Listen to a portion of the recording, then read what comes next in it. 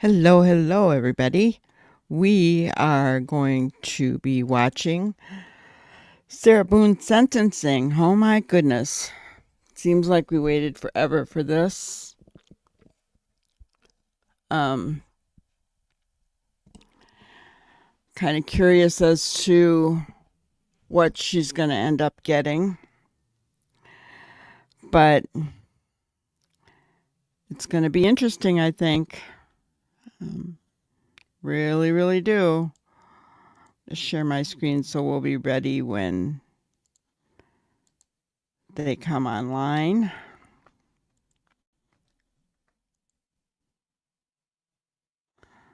That's good.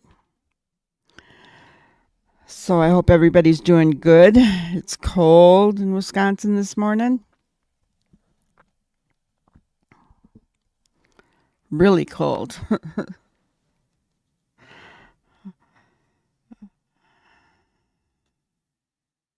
So I wanted to let you guys know that I have um, working behind the scenes to try to get monetized so we can do super chats and all that fun stuff. Takes a little longer than I thought. Once you hit the requirements, which we now have, takes longer than I expected, but oh well, we'll get there eventually. Oh, so I can't wait to see what I have watched this Sarah Boone saga unfold. I think since the beginning. Um,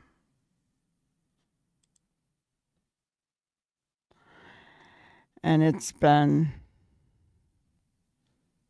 really, really crazy. I mean, hide and seek, but you zip him up. That's not hide and seek, is it? I mean, last I checked, that's not how you play it. I haven't played it in years. This old granny hasn't played hide and seek for a long, long time. But yeah, um, not my definition of hide and seek, where you actually zip somebody up. And I guess there's been no adult in my life that would have ever fit into a suitcase unless it was a great big huge thing. But I think George was smaller. So no, it's going to be interesting. 4 minutes to go.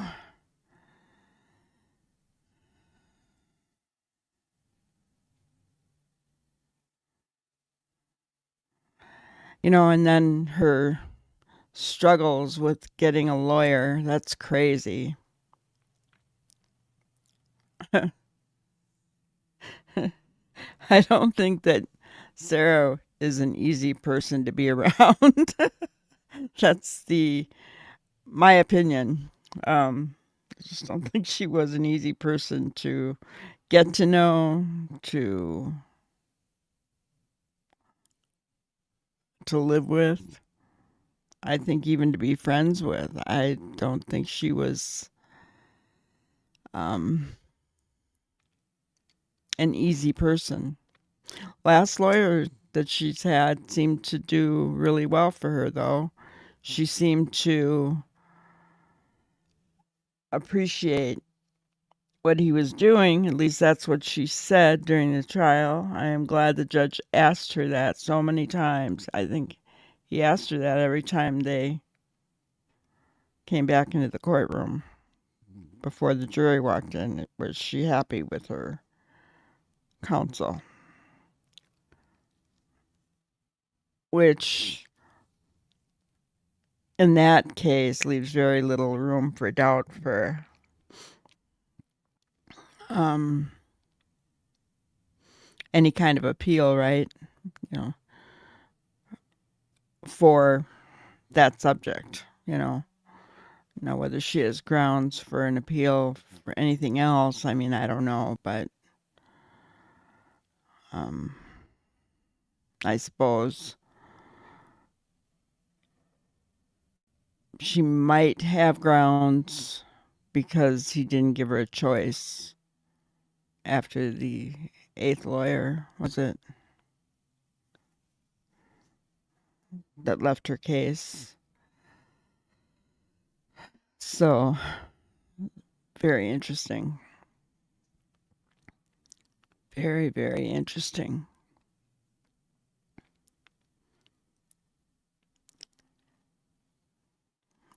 If there's any other cases that you guys want me to discuss, I want to do what you want me to do here on the channel. So let me know. I mean, we're still keeping our eyes on the Emma Baum and Suzanne Simpson cases. Um, Nothing is going on in those, unfortunately. That's not good news for either one of those cases. It breaks my heart. Breaks my heart. They both need to be found. Um, just like Sebastian Rogers needs to be found. That has been our focus and will continue to remain our focus until he is found and brought home. A lot of drama going on. Trying my best to stay out of that drama. Don't want any part of it. Just trying to keep everybody informed and bring awareness for Sebastian, for Emma, for Suzanne. Just I really have a heart toward victims, so I really want to do what's right in those cases. All right, we should be starting here pretty quick. Waiting for Court TV.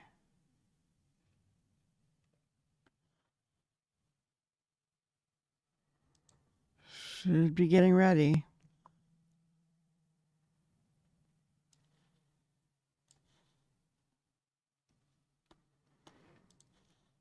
Awesome.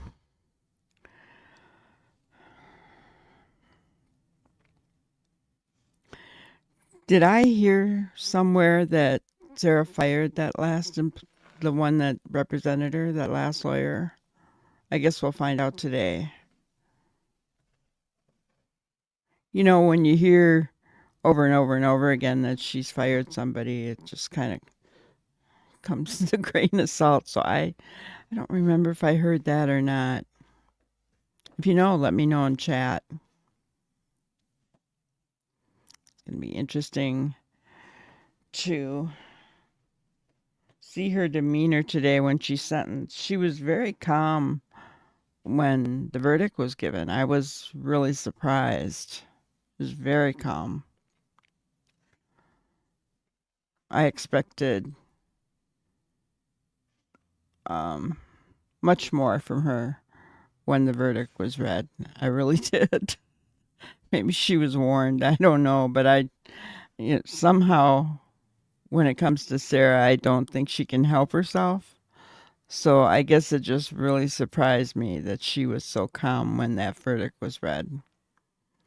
So maybe she'll portray the same today for sentencing. I don't know.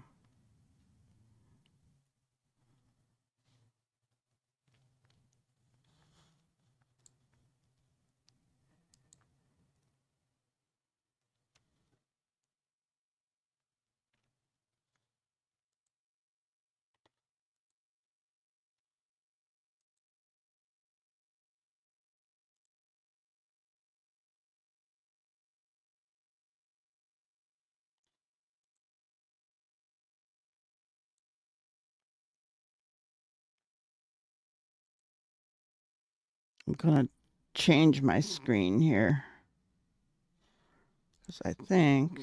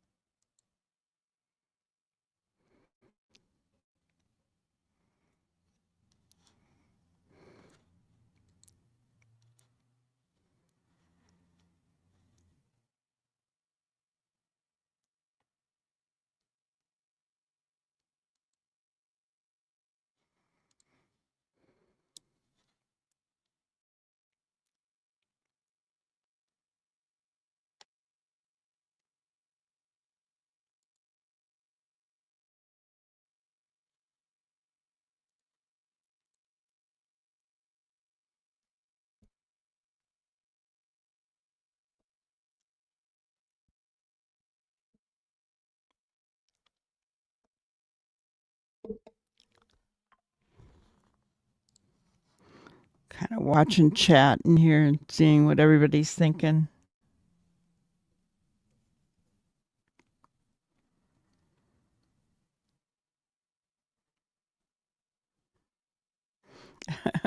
Somebody said, "Are we ready for Sarah? Feels like too soon to see her face again." Oh my goodness. I'm not going to share everything I read on here because I don't think they have moderators.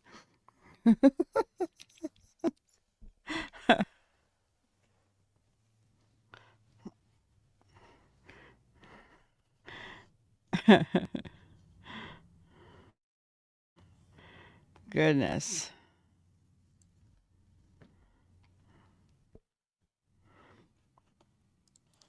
What else? It is going to be an interesting week. There are several high-profile sentencings coming up. Um, I'll, if at all possible, I'll try to show them. Um, if I can.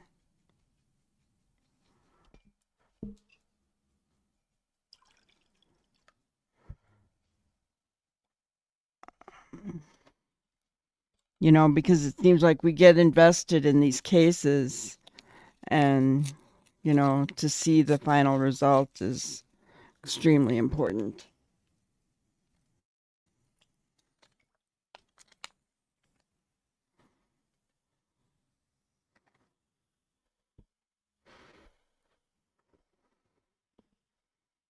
They better not have decided to not televise it. That would really not be good. Really would not be good.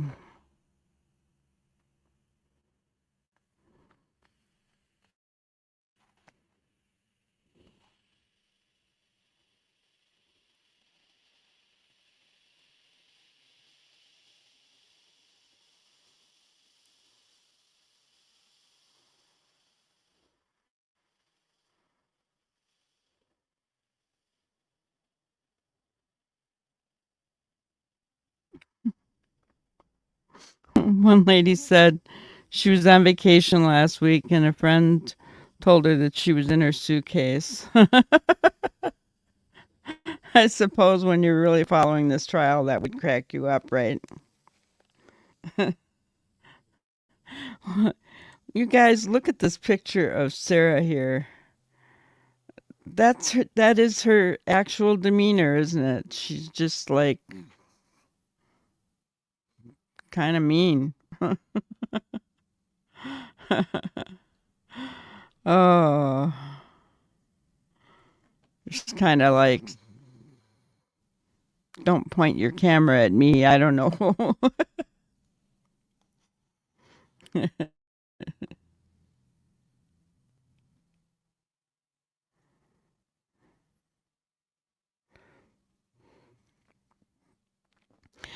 I am thinking I'm going to make some chili today. It's a good cold day for it.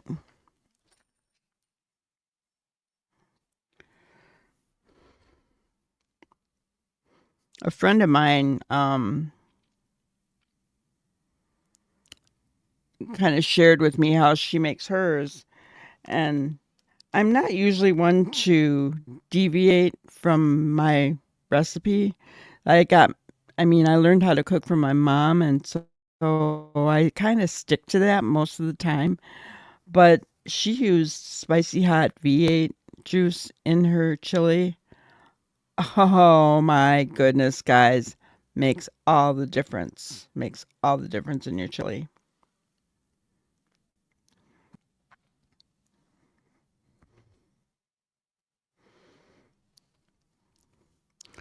So I'm looking forward to it. Having some nice spicy hot chili. It'll be good to have on a nice cold day. Just letting my dog out. I haven't been outside with her, but just stand at the door and wait for her. She's really good. And we're in a small town. She stays right in our yard. But just letting her out standing there, cold, coming through that storm door.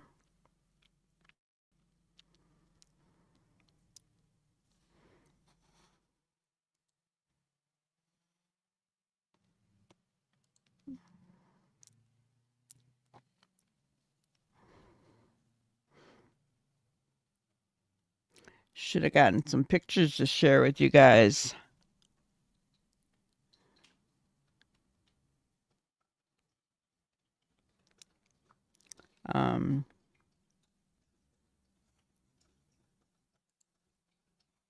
Didn't think about it. I just saw that she was today, and it didn't dawn on me.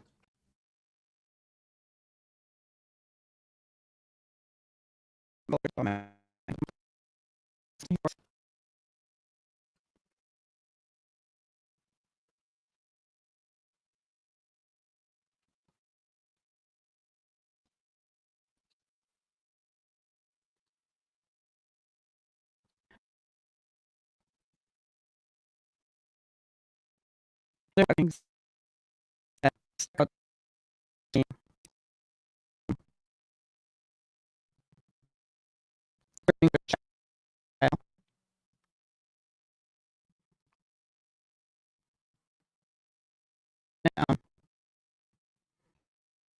Um,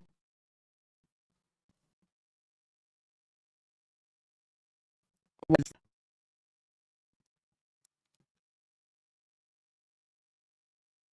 how he had surprised me, guys,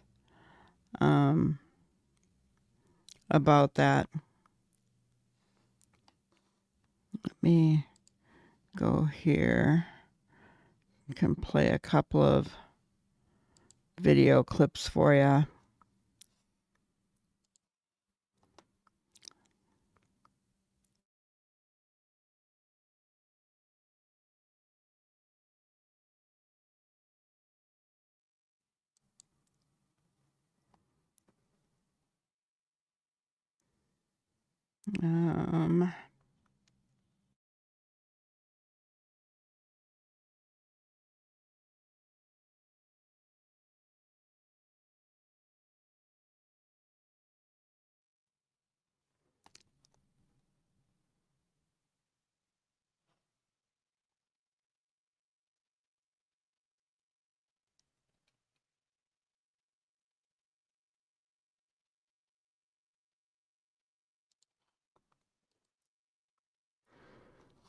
So I'm waiting for them to upload a little bit, and I can play them for you.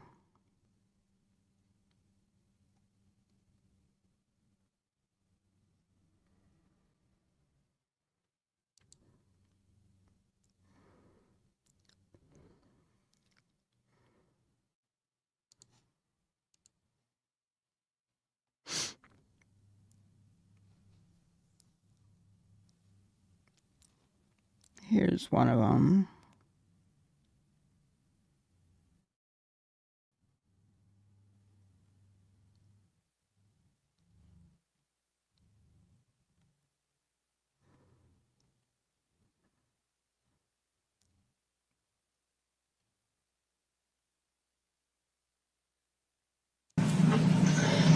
Keep filming when it's looking like. Then I said, love you. I don't love you. I don't like you. I don't want to be with you.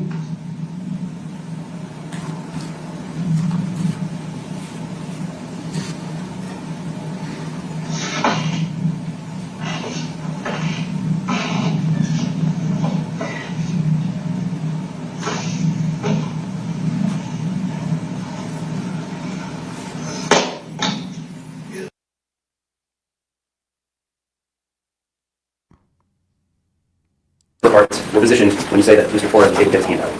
If you want me to do it, I'm fine. Take your direction. From what I've been on Earth, this is how the suitcase. This is how the suitcase works.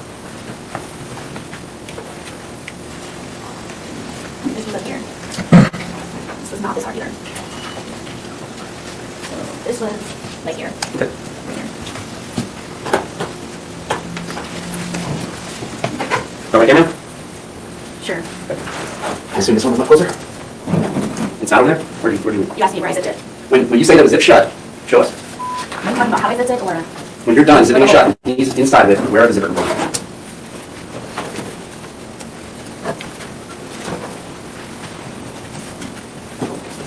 Just double what's out. It was the corner. The corner was open. I mean, it's not.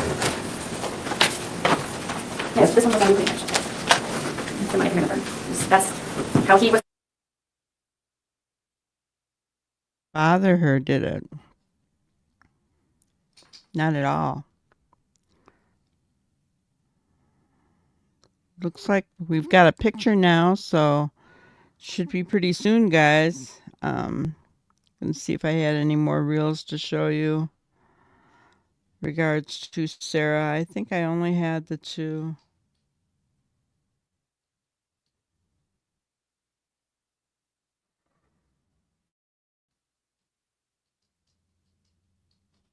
Oh, nope, there's another one.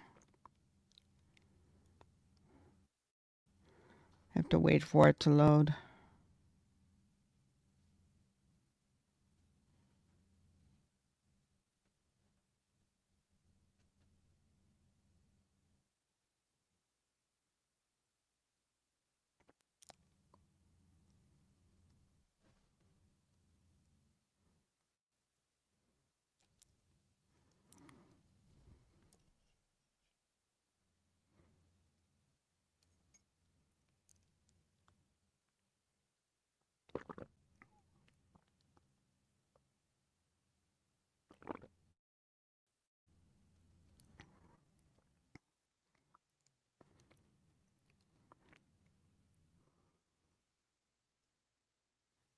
Now, what happened here today should not ever happen. There should be safeguards in place. There's no room for this after 2 weeks of murder trial for something like that to happen. One of the Torres members of the family audibly, during the 2-minute suitcase video, expressed some kind of emotional reaction. I look back, he or she were bent over in agony, physical pain. The physical pain followed the audible announcement. You can't unring that bell. That's their responsibility to ensure that kind of thing doesn't happen, especially when they know they're going to show a video and the family of the victim is on the front row. I've never heard of such. I asked for a mistrial. Response.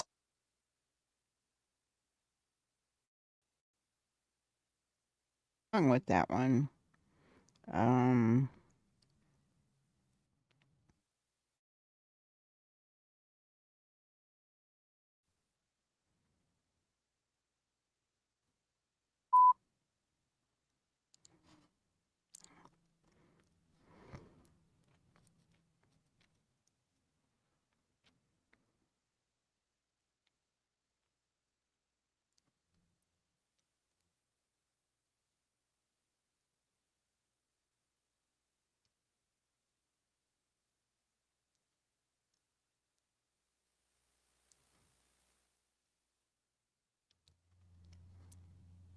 there we go. Carol, fuck you.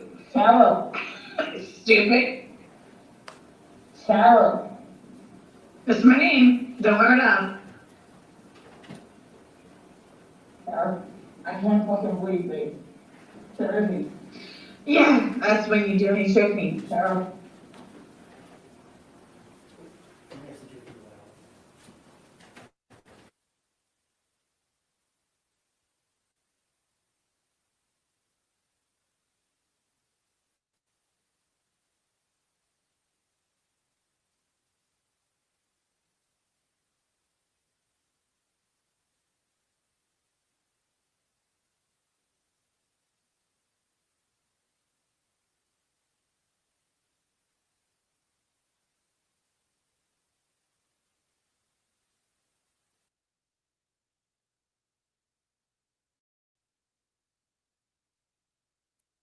Now, what happened here today should not ever happen. There should be safeguards in place. There's no room for this after 2 weeks of murder trial for something like that to happen. One of the Torres members of the family audibly, during the 2-minute suitcase video, expressed some kind of emotional reaction. I look back, he or she were bent over in agony, physical pain. The physical pain followed the audible announcement. You can't unring that bell. That's their responsibility to ensure that kind of thing doesn't happen, especially when they know they're going to show a video and the family of the victim is on the front row. I've never heard of such. I asked for a mistrial. Response. Keep filming when it's looking like. Then I said, love you. I don't love you. I don't like you. I don't want to be with you.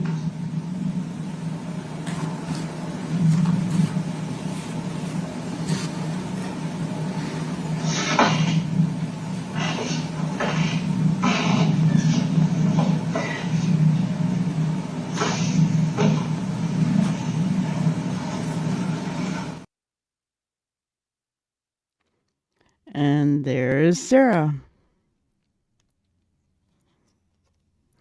She's not dressed up today. She's just in her prison garb, huh?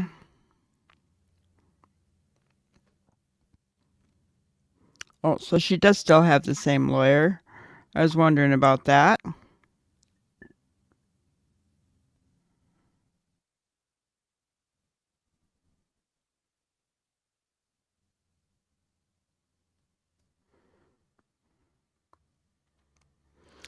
Oh, I think I remember that she has to get a different lawyer for her appeal, right? I think that's what it is.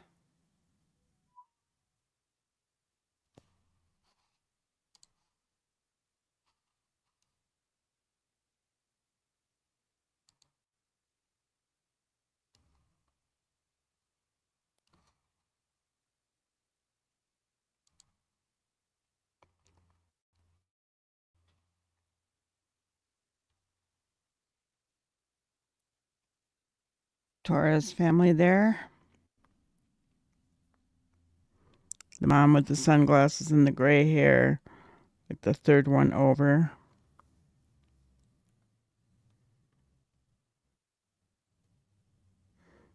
That was George Torres's mom.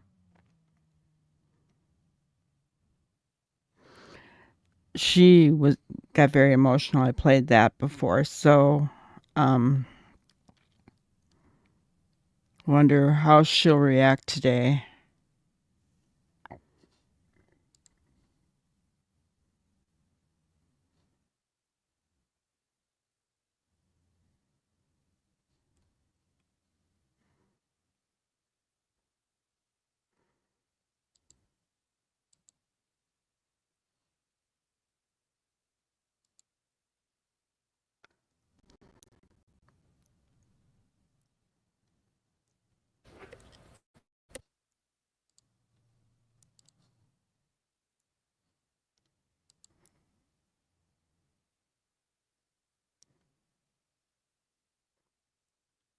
Wonder who she's smiling at. Well, she was warned in trial not to be doing that.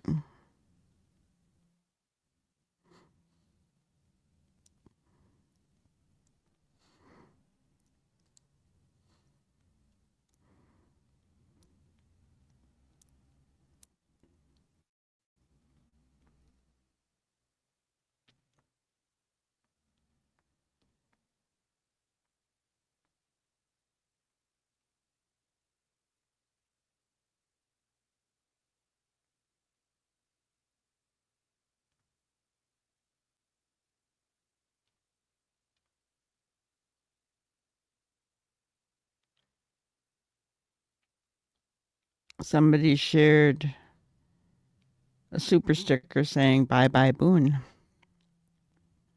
She's been bye bye for quite a while, guys.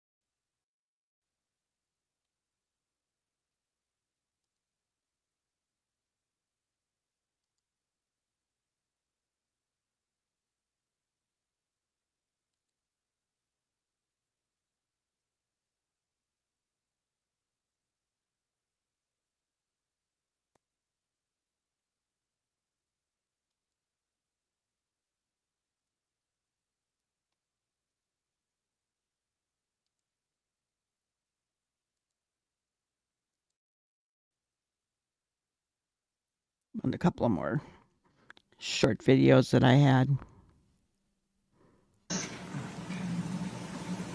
Are you drunk right now? No, man. How much alcohol did you drink? Enough to be drunk. You're slurring your words. You're sleeping up against the door right now. Yeah, because I want to be next to you. Did I not tell you to not bother me? Yes, ma'am. So what is it you come up and do? What time is it right now? It's 1:20 a.m. Okay.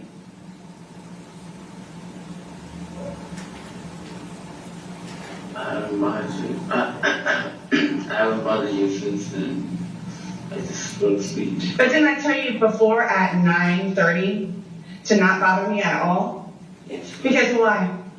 You have to work tomorrow. Nope. And he stomped my face. And the next thing I know, I woke up. I obviously Did you get blacked knocked out. out? I'm obviously, I guess, yes. And he was passed out on the floor. And I woke up frantic looking for my phone, and I immediately called 911. Okay. The police arrived on that incident? Yes, they did.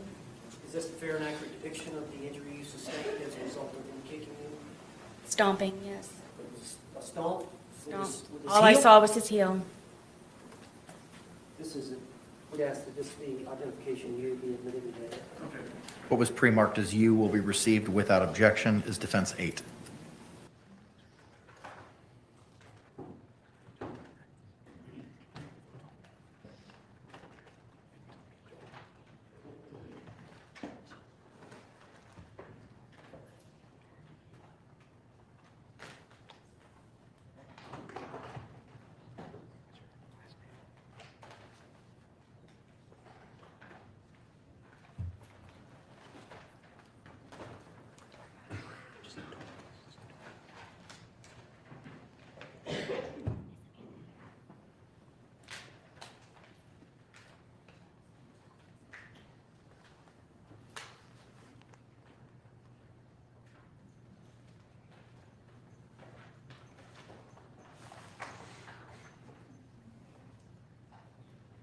Kind of rough getting those papers together with handcuffs on.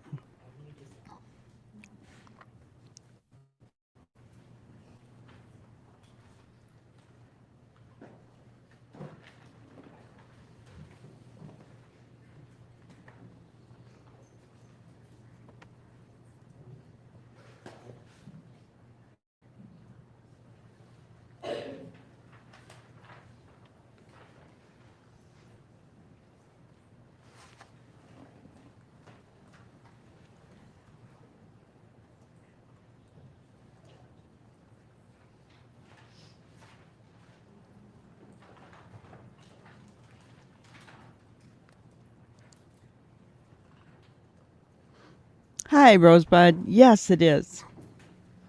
It is. We're just waiting for it to start. I was showing some old video clips that I had from her trial.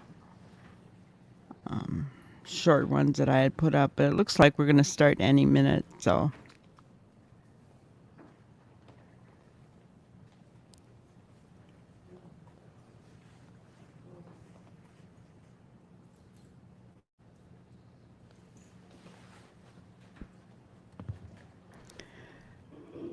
She's turning around saying something to someone. I know in trial she was reprimanded for doing that. So I don't know if somebody from her family is there. I sincerely hope her son is not there. I don't know if her ex-husband would be there.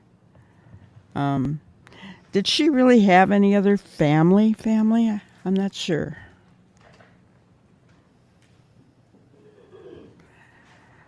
But victim impact statements, I wouldn't be surprised if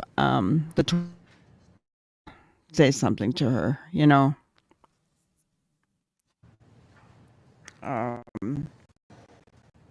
That wouldn't surprise me at all. Really? She had a lover from jail.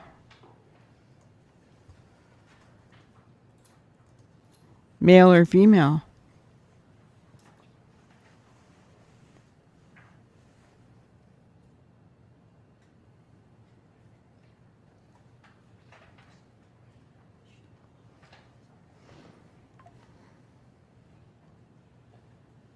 Female. Interesting. So that person then was out of jail now? So she was coming to Sarah's trial?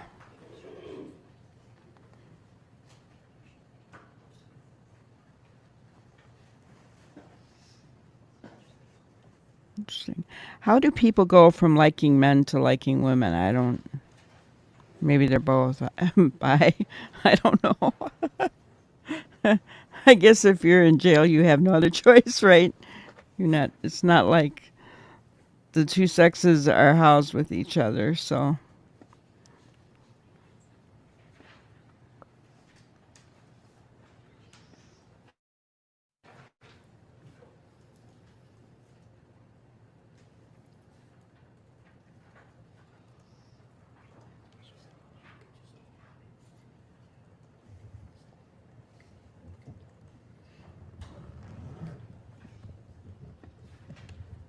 oh, okay. No worries.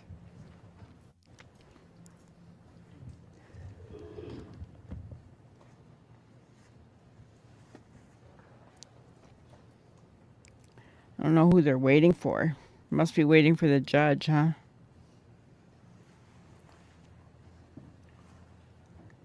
Seems like everybody else is there.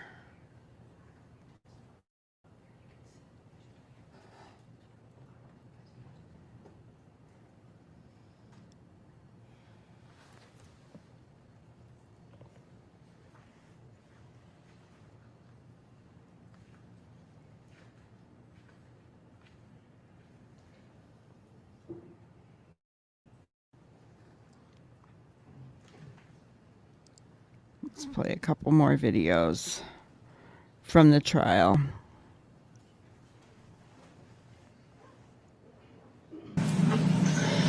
You keep filming when it's looking like you're nice, Sarah. Love you. I don't love you. I don't like you. I don't want to be with you.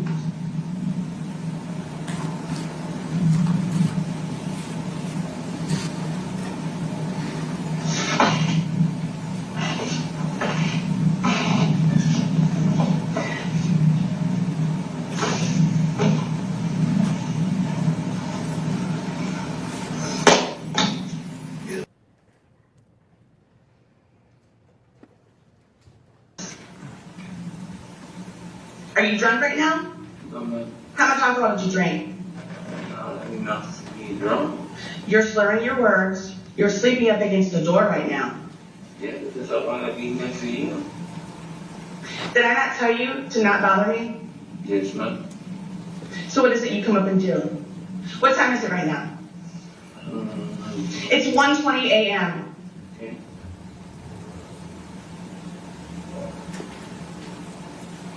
I haven't bothered you. I haven't bothered you since then. I just go to sleep. But didn't I tell you before at 9:30 to not bother me at all? Yes. Because why? You have to work tomorrow. Nope.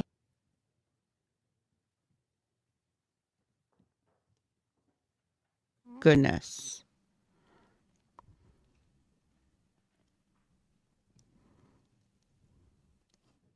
Sarah, fuck you.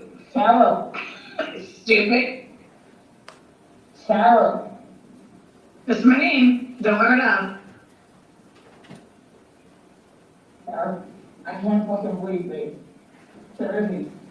Yeah, that's when you do and you choke me. Sarah.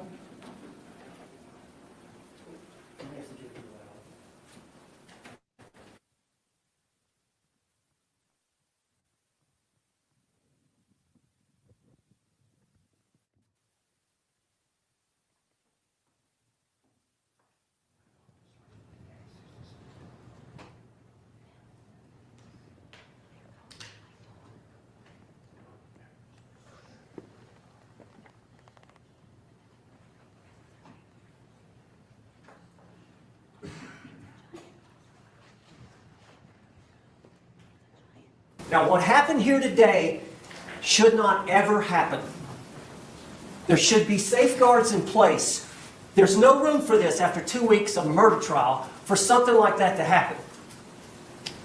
One of the Torres members of the family audibly, during the 2-minute suitcase video, expressed some kind of emotional reaction. I look back, he or she were bent over in agony, physical pain. The physical pain followed the audible announcement. You can't unring that bell. That's their responsibility to ensure that kind of thing doesn't happen, especially when they know they're going to show a video and the family of the victim is on the front row. I've never heard of such. I asked for a mistrial. Response.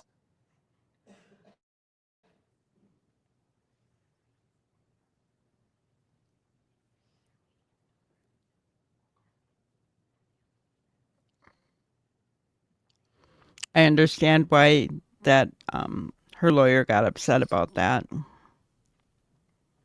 because that was in the presence of the jury where she got highly emotional and walked out. But you know what? The jury wasn't able to walk out. They had to sit there and watch that, as hard as it was.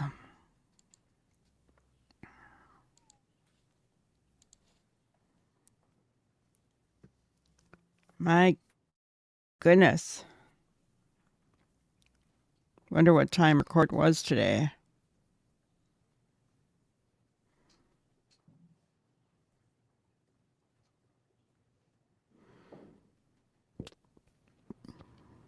I didn't go live until like 5 minutes before the trial was supposed to start. And we're almost an hour into this. Crazy.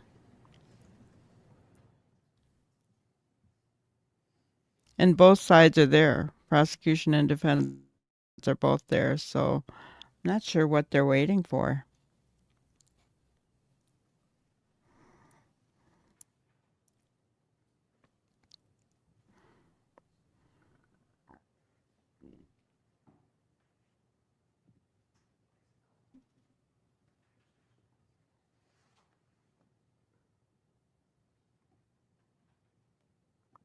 She really seemed to get along well with this lawyer.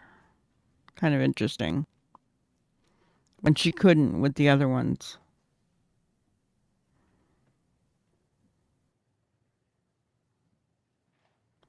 I feel bad for the Torres family having to sit this long and wait, you know. I don't know what's going on with the judge, but it's a brother on the far end, George's brother, near the window.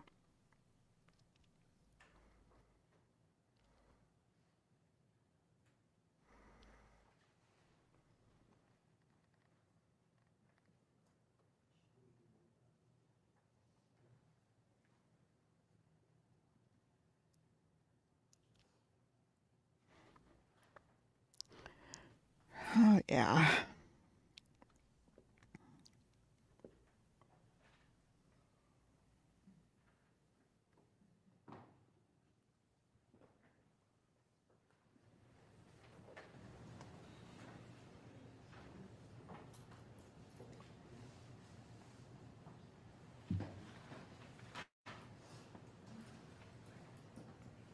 I wonder if Sarah's going to make a statement before the court today. Judging by her looking at her papers, I think she's going to. Are we ready to hear from her, guys?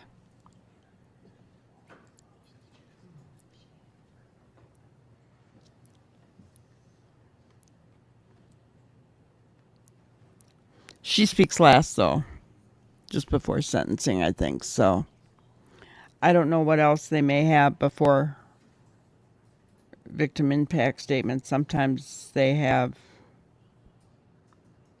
mental health professionals testify and all kinds of stuff that can go on.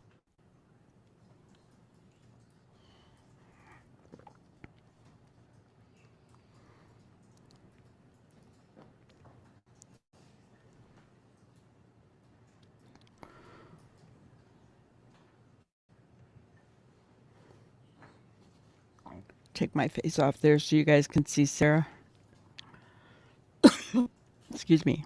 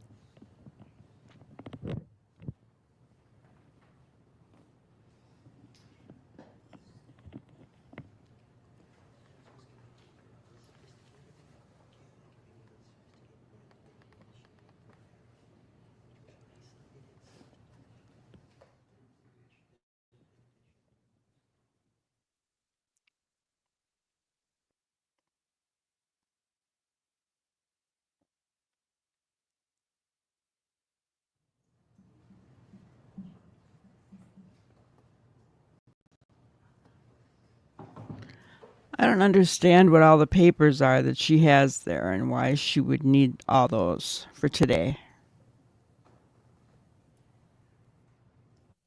I know that they can't show them up close. They're not allowed to do that, but just curious to why she's got all those papers.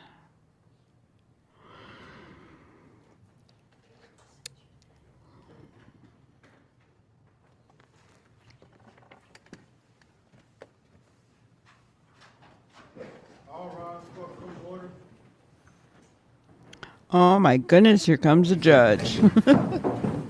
Wasn't there a show called that? I'm dating myself.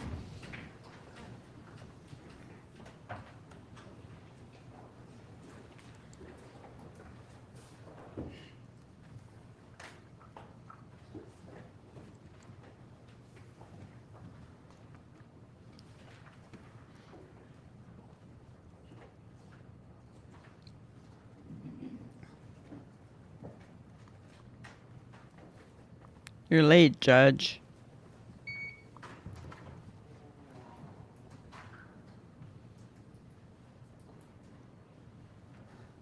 Laughing, Artie. Yeah, exactly. Rosebud, you get me. That's funny.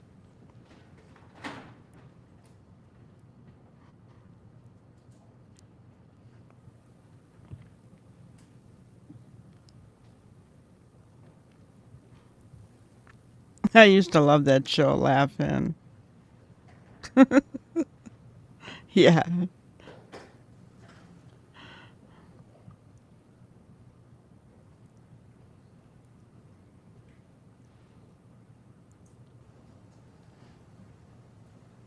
Can you imagine being the judge in her trial? He was very patient with her, but boy, Yeah, case. Calling State of Florida versus Sarah Boone, 2020 CF 2603, State. Dave Cacciatore on behalf of the state. Defense. William J. for the state. Defense. James Owens for Sarah Boone. Ms. Boone is seated at counsel's table. Ma'am, if you could please raise your right hand, Madam Clerk is going to go ahead and swear you in. Do you solemnly swear or affirm the testimony you're about to give will be the truth, the whole truth, and nothing but the truth? I do. Ma'am, can you state your full name and date of birth for the record for us? Sarah Boone, 10-10-77. We are here for a sentencing. The jury returned a verdict on October 25, finding you, Ms. Boone, guilty of murder in the second degree. We're running a little bit late this afternoon. I apologize for that. I was in court all morning and took the opportunity to review all of your submittals from earlier this morning, Mr. Owens, including the victim or the character statements, the psychological evaluation by Dr. Harper, the motion for downward departure, the motion for new trial, and the state's response to same. Before we proceed with any sentencing in this matter, The court needs to address the defendant's motion for new trial and the state's response to the defendant's motion for new trial. Anything in addition you'd like to argue at this time, Mr. Owens, over and above what is contained in your motion, sir? No, sir. State. No, sir. All right, after reviewing the motion and the state's response the same, the defendant's motion for a new trial is denied, based on the court's review of the record, the court's Yes. participation in the trial, the review of all the evidence, and the court's prior findings and rulings at trial and prior thereto. With that, I believe that we're prepared to do the sentencing at this time. The court has reviewed the pre-sentencing investigation prepared by the Department of Corrections. Are there any housekeeping matters that we need to address, Mr. J. or Mr. Cacciatore, before we proceed? Not from the state. Are there any housekeeping matters from your side of the ledger, sir, that we need to address, Mr. Owens? Judge, I do have 4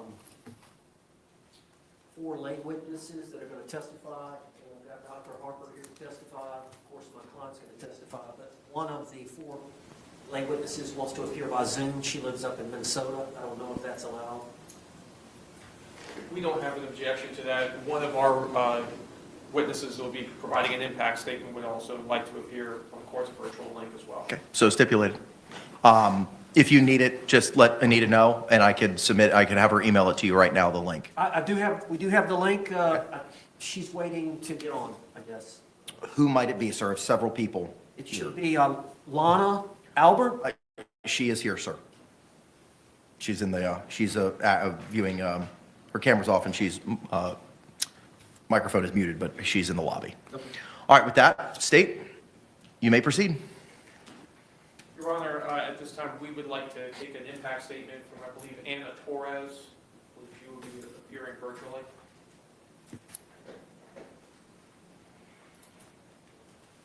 I see several guests, but I do not see a Anna Torres in the virtual lobby, sir. Well, I think while maybe she's having some issue logging on, we have also in-person witnesses. We can proceed with those first, sir. Please call Lana Torres.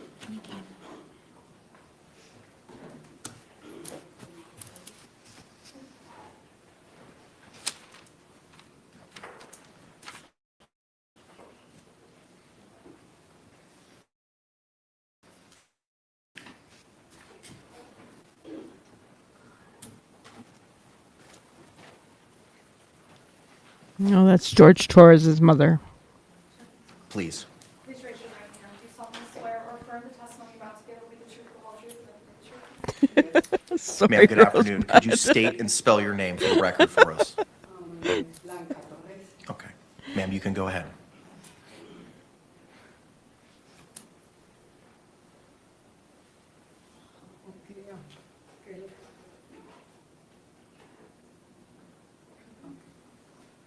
I just want to tell Sarah Boone that I don't hate her for what she did. And I always remember that evening when that lady came into my door and she knocked at the door. And she asked for my name. I said, I tell her my name. And then she said, can I come in? I said, okay, yes. And she told me to sit down. I never think that was going to be my son. And then she said my son was dead.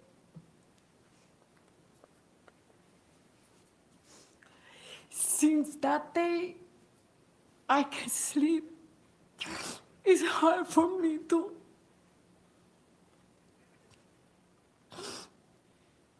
remember that moment. My son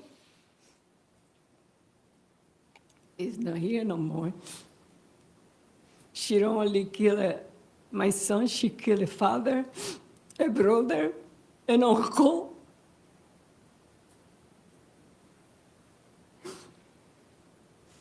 It's been hard. And my family, because all the brothers, they will always work together. now it's like something real. Love is missing. Sometimes when I look out the window, I'm waiting for him to come and say, Mom, I love you. Oh, She was always there. She come and called me. I miss that moment. The last time that I talked to him was at 12 o'clock in January, New Year. He came to my bed and said, Mom, he woke me up and I said, Mom, I know. It makes I me want to love cry you. right I've with been her. here since that day. I don't see him no more. He was my son. I love him. And I miss him a lot, and my family miss him a lot too. But I don't hear her. But you know what? I was blessed. She ain't gonna be blessed like me because I have my son. I raised him. I have his children, my granddaughter, my grandson, and she don't gonna be able to have that. And I did. I raised him. He wasn't perfect, but he was a good son. Wish I could see Sarah's Thank face. you. Thank you, ma'am. State anything further from this witness? No, Your Honor. Defense? No, sir. Thank you.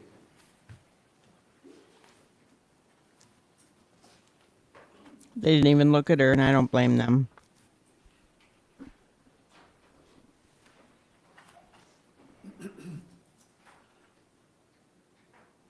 That poor woman. You may call your next victim impact statement. Victoria Torres.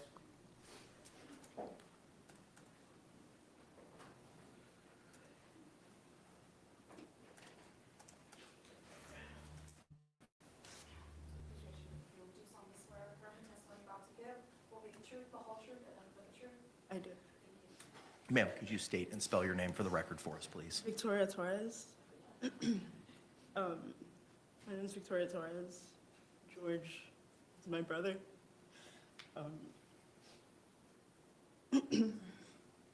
Unfortunately, my family has experienced two horrifying tragedies.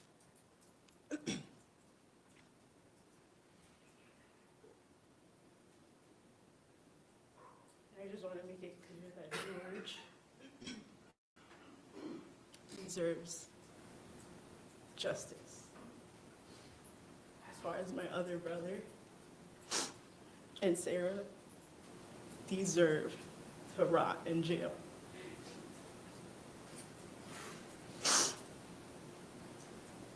Sarah has caused a lifetime of pain, a lifetime of horrible images, a lifetime of hearing my brother George plead for his life. Yeah. How awful. This is just this moment for all of you. For me and my family, it's forever.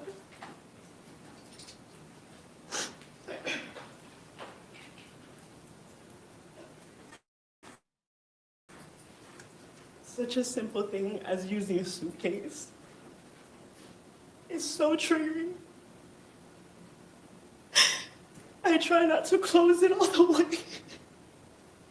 Oh my I leave at gosh. least like 2 or 3 inches for the zipper. And it might sound crazy, but it just helps me. She really has flipped my family's life upside down. And I just hope that we can truly get justice for my brother. And I just want to tell the team thank you so much for everything they did. Thank you. Thank you. State anything further? No, Your Honor. Defense? No, sir. Thank you.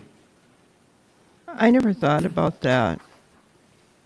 The family trying to use a suitcase now that their Miss Anna Torres brother or son is gone. been able to make it online. That's Do not horrific. see an Anna Torres in the lobby, sir. I have lots of guests, HHSA, Mr. Beck, Lana Albert, Jason Gunn.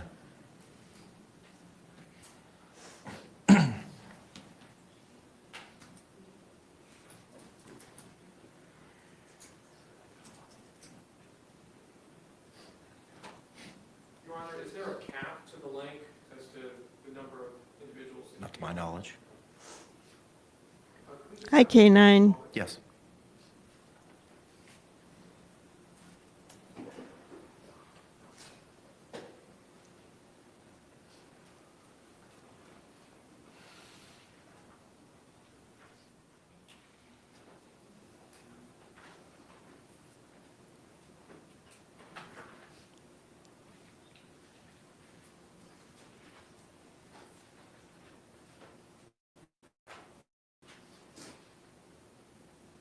Wonder who Anna Torres is. Another sister?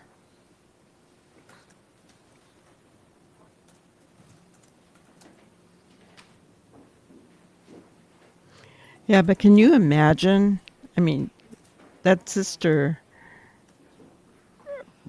really kind of made it hit home, right?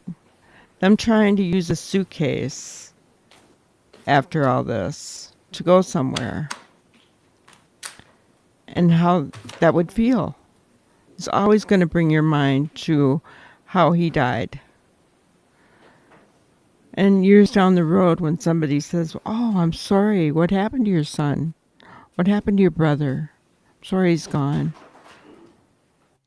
He was killed inside a suitcase." I mean, how do you, it's horrible.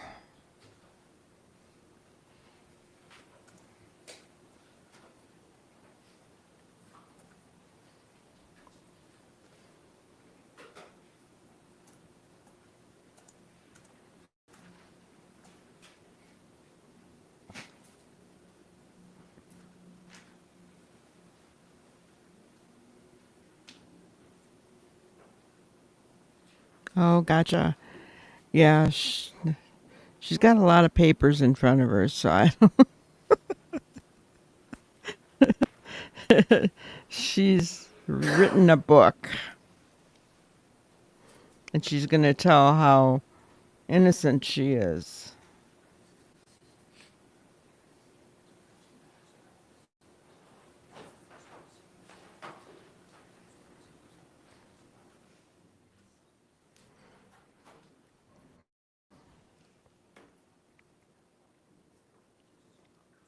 The other brother isn't going to speak, I guess. I forget what the brother's name was.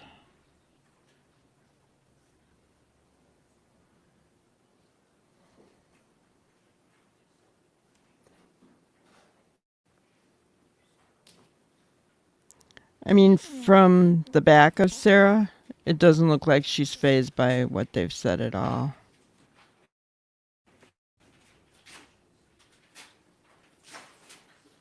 And that's sad.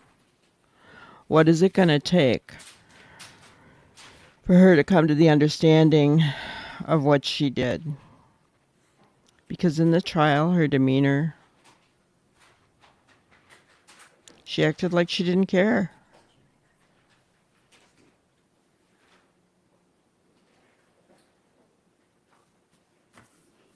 Like she has no emotion.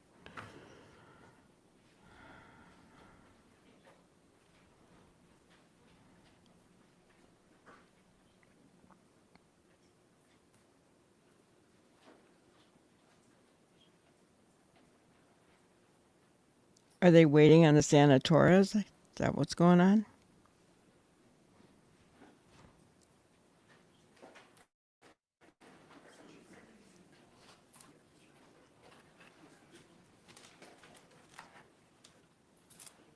Yes, sir, Mr. Cacciatore. Your Honor, after speaking with Mr. Owens, given the fact that the victim's daughter is having difficulties with Oh, Is that her, Anna Victoria Torres? Yes, sir. Is that it? Is that who it is? All right, ma'am, good afternoon. Can you hear us? it's his Good daughter. afternoon. I can hear you. Okay. Could you please state and spell your name for the record? My name is Anna Victoria Torres, ANAVICTORIA All right, thank you, ma'am. I understand that you'd like to provide a statement to the court at this time. You may proceed. Okay. Um, okay. So I'll be speaking for myself and my two siblings. The murder of our father has impacted us on so many levels and in different ways. I myself, for the first year, would wake up screaming every morning or night, wishing I was having a nightmare, only to wake up to remember all over again that my father is gone and I'll never be able to hear him say he loves me ever again. To know my siblings have been affected in such a way that they are now different. They have had a piece of their heart ripped away from them, all while her son gets to hear his mother's voice and see her alive is pathetic. Because of you, Sarah, my sister is heartbroken. Because of you, Sarah, my brother is left wondering when he will ever see his father again. The loss of my father has left me with chronic depression and anxiety. Seeing any moments of fatherly love or kindness being shown between others in real life or even on TV leaves me in complete shambles. Seeking therapy was a must in order to navigate through my workday without a random breakdown. Thoughts of my father's demise still enter my mind ever so often. I'm left either angry, sad, or sick to my stomach to think of how his final moments were. George Torres, my incredible father. Not only was he my father, but my best friend.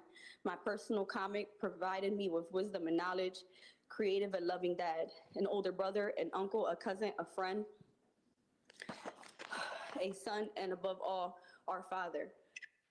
He was human and deserved to be treated as such. My father, George Torres, was one of a kind, an absolute gem. Unfortunately, his light was dimmed on earth by evilness, but with us, we will forever make his name live on. Especially Sarah, I pray that you see his face when you see him at night. That is it. Thank you. Anything further, State? Oh, thank you, Anything further Ginger at this Girl. I time? appreciate it. All right, thank you, ma'am. I thought State, I Thank you. just watched anything with further? everybody. Kind of last No minute other thought. impact statements, Your Honor. But we've Thank been you. on for over an Any hour other now. witnesses or evidence at this point in time, State? No, Your Honor. All right, Mr. Owens, you may proceed, sir. Ms. Diane Smith. Judge, what do you want? I have no issue with her being at the podium.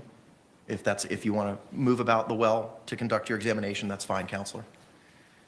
Ma'am, come on up.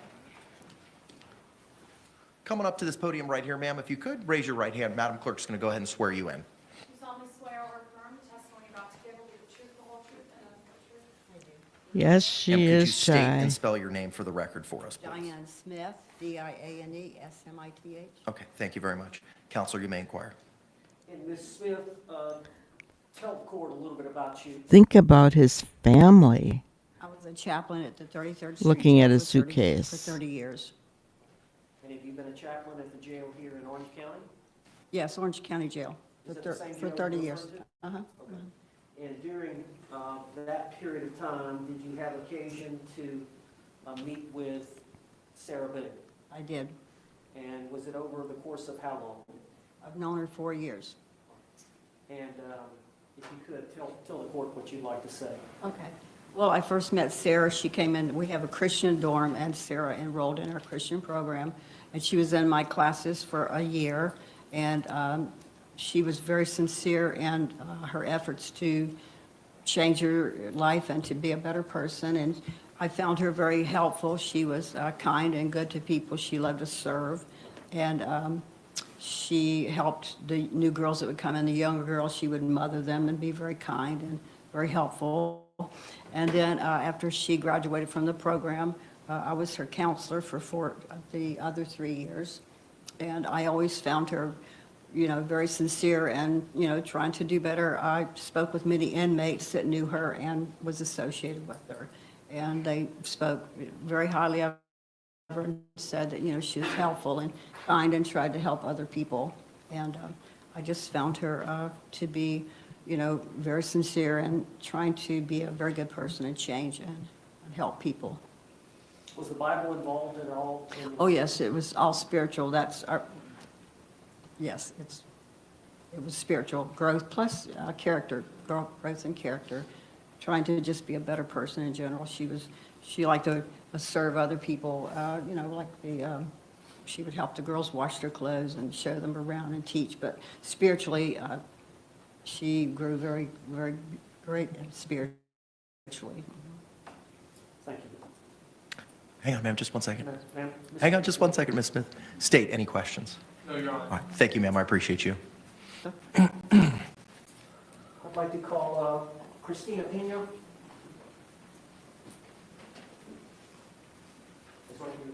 Yeah, it's fine, Counselor, thank you.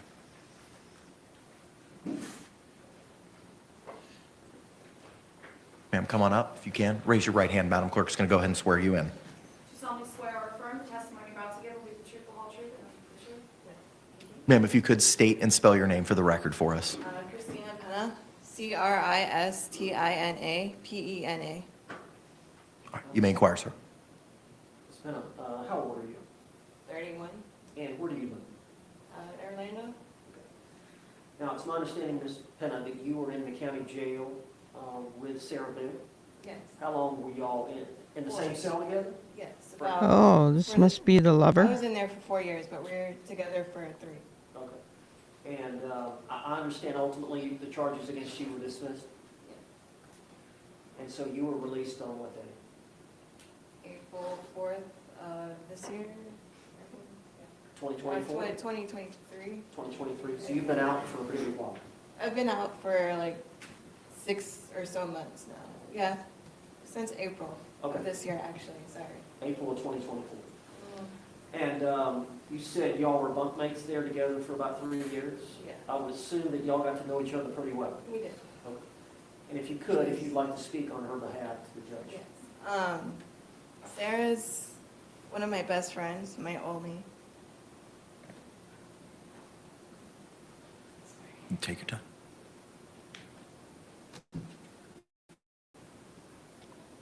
She's helped me a lot. Spiritually and like growing and Oh, I can't, guys. she helps everybody. She's always, I don't know, spirit. She helped me a lot and she would come to me, she'd talk to me all the time and pick me up when I was down or if I didn't know something. She's good. I don't know. She was a good person to me. Mistakes happen. She always helped. Things She was happen. always helping everybody in the dorm. She, even like her artwork, she did art. Anybody need any help or needed anything, they'd come to her and she'd help them. And even if they, did wrong to her, she would still go back and help them and praise with them and pray over them and everything. It's just And was she a little bit older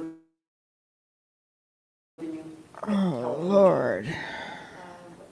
40, in her 40s. Did you think of her as maybe an aunt or a big sister? kind of what I thought, Sister, yeah, she was Rosebud. like a big sister, like a sister I never had. She's like a big Because I sister. I have brothers, so I never, You don't sleep with your sisters. we clicked right away, I don't know. We'd be walking out in the backyard and she just would always try and talk to me, but I'm a quiet person and I don't trust a lot of people. So for me to open up and trust somebody, it's a lot, so. And obviously y'all were there under difficult circumstances. Did Yeah. she assist you in getting through that? Yes, and she helped me a lot with my, my case, and I would help her with, with hers too. We're both, justice is not what it is. I don't know Bless you. how. We both helped each other out. I don't know. It's just, Ms. Vigneault, I appreciate it. Thank you. Any questions, State? No, Your Honor. All right, thank you, ma'am, I appreciate you. Ms. Hill? Judge, Yes, sir. after Ms. Hill, I want to thank Ms. Halbert. Yes, sir. Right, Rosebud? Mistakes happen. I didn't mean for him to die. Yeah. I do. Ma'am, good afternoon. Could you state and spell your name for the record for us? My name is Mariela Hill, Mariela, last name Hill, Hill. Thank you. You may proceed, sir. Ms. Hill, briefly tell us a little bit about yourself. Well, I met Sarah in jail. I spent 3 months in jail and went through a lot of unfortunate circumstances myself. All right, now this was in the Orange County Jail here in Orlando? Orange County Jail. And when would that have been? Do you recall the dates? Yes, it was April, from April to June of this year. Of this year, 2024. 2024. Correct.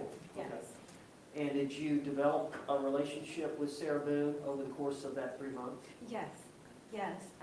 We met when I was moved to the B dorm, and I needed help with a form that I needed to complete, and one of the COs pointed to Sarah to help me out. And since that moment, we became really good friends, and she was so helpful, so kind, so respectful, and loving, not just to me, but to everyone.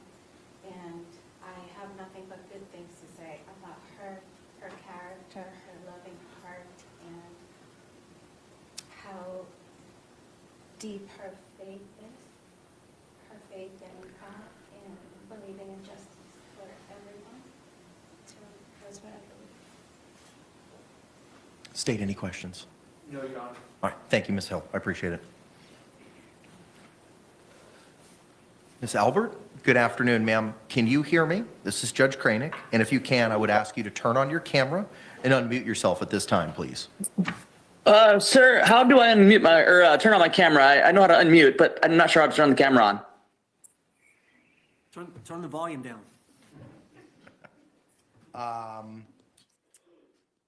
So, ma'am, Is that better? when you join the link, there should have been an option for like a pull down on the left-hand side of the screen for you to open it out or turn on a camera. I don't know what device you're appearing on, if it's a cell phone or a laptop. It is an iPhone. Should I try to re-enter the room? Yeah, try to do that. There should be an option for you to pick a camera. You'll either select the default camera, and hopefully we'll be able to see you at that time. Okay, let me, just give me 1 second. Sure.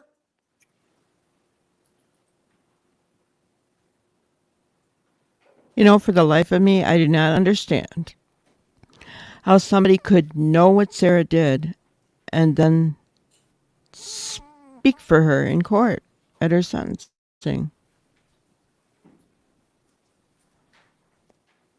I don't understand that, guys.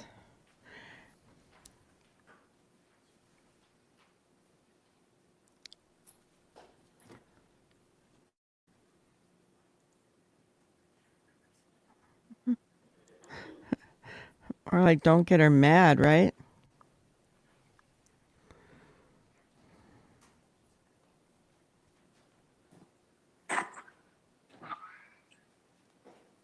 Did that work? Can you see me? I cannot. Shoot. Yeah, it's saying default camera. It's saying front camera. I chose it. It didn't show my face or anything like that.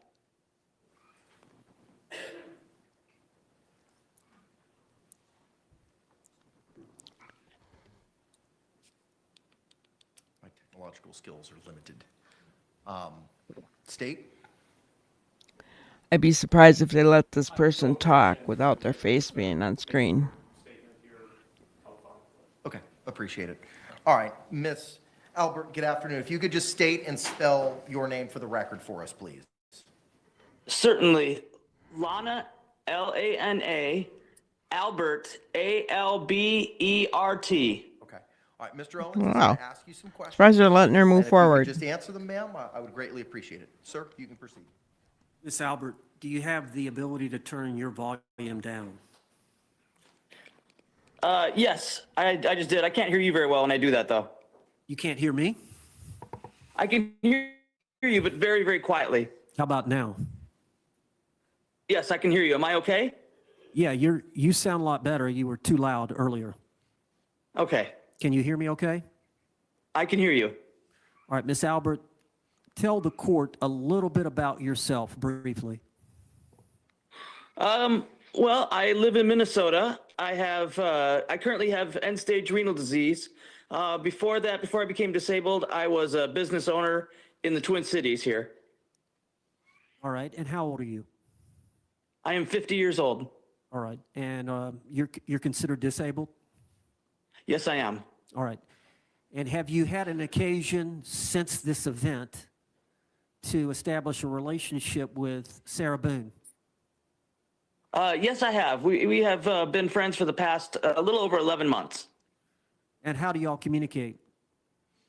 We've communicated a lot of phone calls, lots of tablet back and forth, and a lot of letters as well.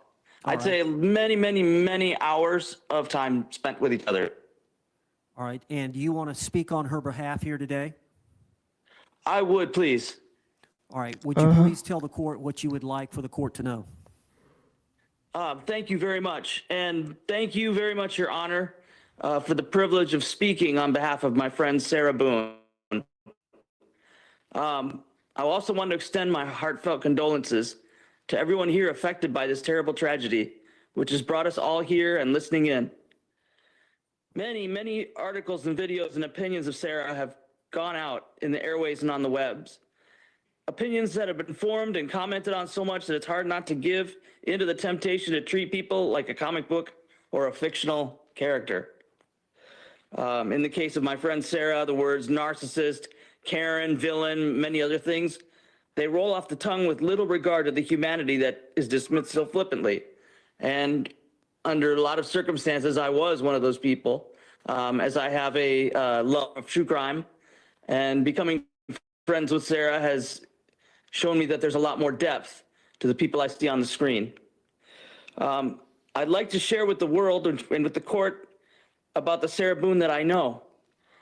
Sarah Boone is a kind, honest, and good person. The Sarah Boone I know is one who loves animals, especially the kind who are damaged and defenseless. How many of us would take in and pour love for a hearing impaired and a sight impaired pair of dogs?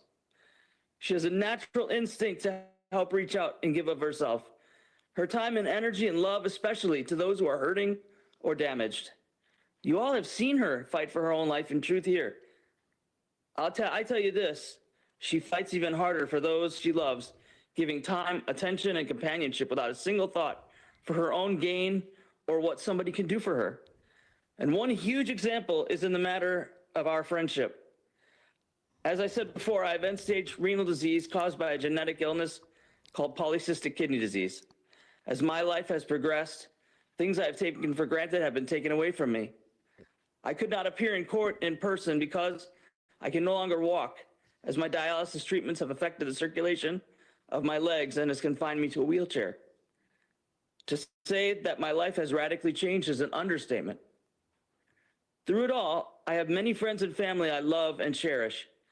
Sarah has distinguished herself differently in this way. In the course of getting to know her, I started sharing the progressing state of my health. It was like lightning had struck her. The moment Sarah had learned the depth of my struggles health-wise, she straight up offered strenuously to donate a kidney to me. I got to tell you this. I hope she's not mad for me showing this, but she had no hesitation, no concern over personal risk or personal gain. I want to convey to this, out and around the world, that is merely offering is a good and heroic act. I've had many friends. I've not had one outside of my brother who has offered me a kidney. That is huge. I don't have anything of equal value to give to her. And that's not the actions of a narcissist. She did it as a reflex action, as a good person. After the verdict came in October, we spoke that night. And I hope Sarah doesn't get mad at me again for disclosing this, but out of all the shock and seriousness of what had happened in the court, the thing that made her emotionally break was that she realized she could no longer be a donor to me. I mean, I was sitting there like, hey, you know, it's going to be okay. But she was so broken up, she couldn't help me. That's a friend. She is not nor does she come up anywhere remotely close to being a narcissist. Now, one more thing before I go. Social media has worked to rip the blindfold off of Lady Justice, to take the sword out of her right hand and start assassinating Sarah's character. However, the scales are the balance. As it says in Psalm 85, mercy and truth are met together. Righteousness and peace have kissed each other. Justice isn't justice without mercy. Our pursuit of righteousness isn't complete and right without peace. Thank you, Your Honor, for the honor of speaking for my friend Sarah Boone. I hope that your justice is mixed with mercy here today. Thank you. State, any questions? No, Your Honor. Any follow-up, Mr. Owens? No, Judge. All right. Thank you, Ms. Albert. I She's appreciate got you. some good friends, I guess. Like to call Dr. Harper? You want her on the stand or? I'm okay with her on the stand. On the stand? No, she can be right now. Yes, sir. Yes, sir. I want to see Kevin.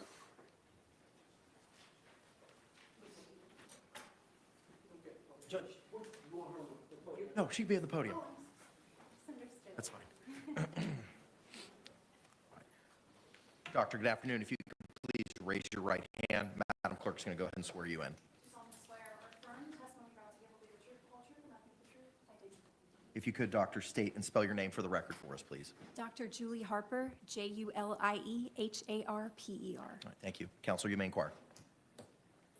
And Dr. Harper, we all know we were here a few weeks back for the trial, and your testimony, so the judge knows quite a bit about your testimony, but if you could, I know that you prepared a report, and we have submitted that to the court, which the court has read, and the state has a copy. And I don't know if you want to refer to that or just speak on your own about Sarah Boone and what you did to assess her, and then any opinions that you want to express.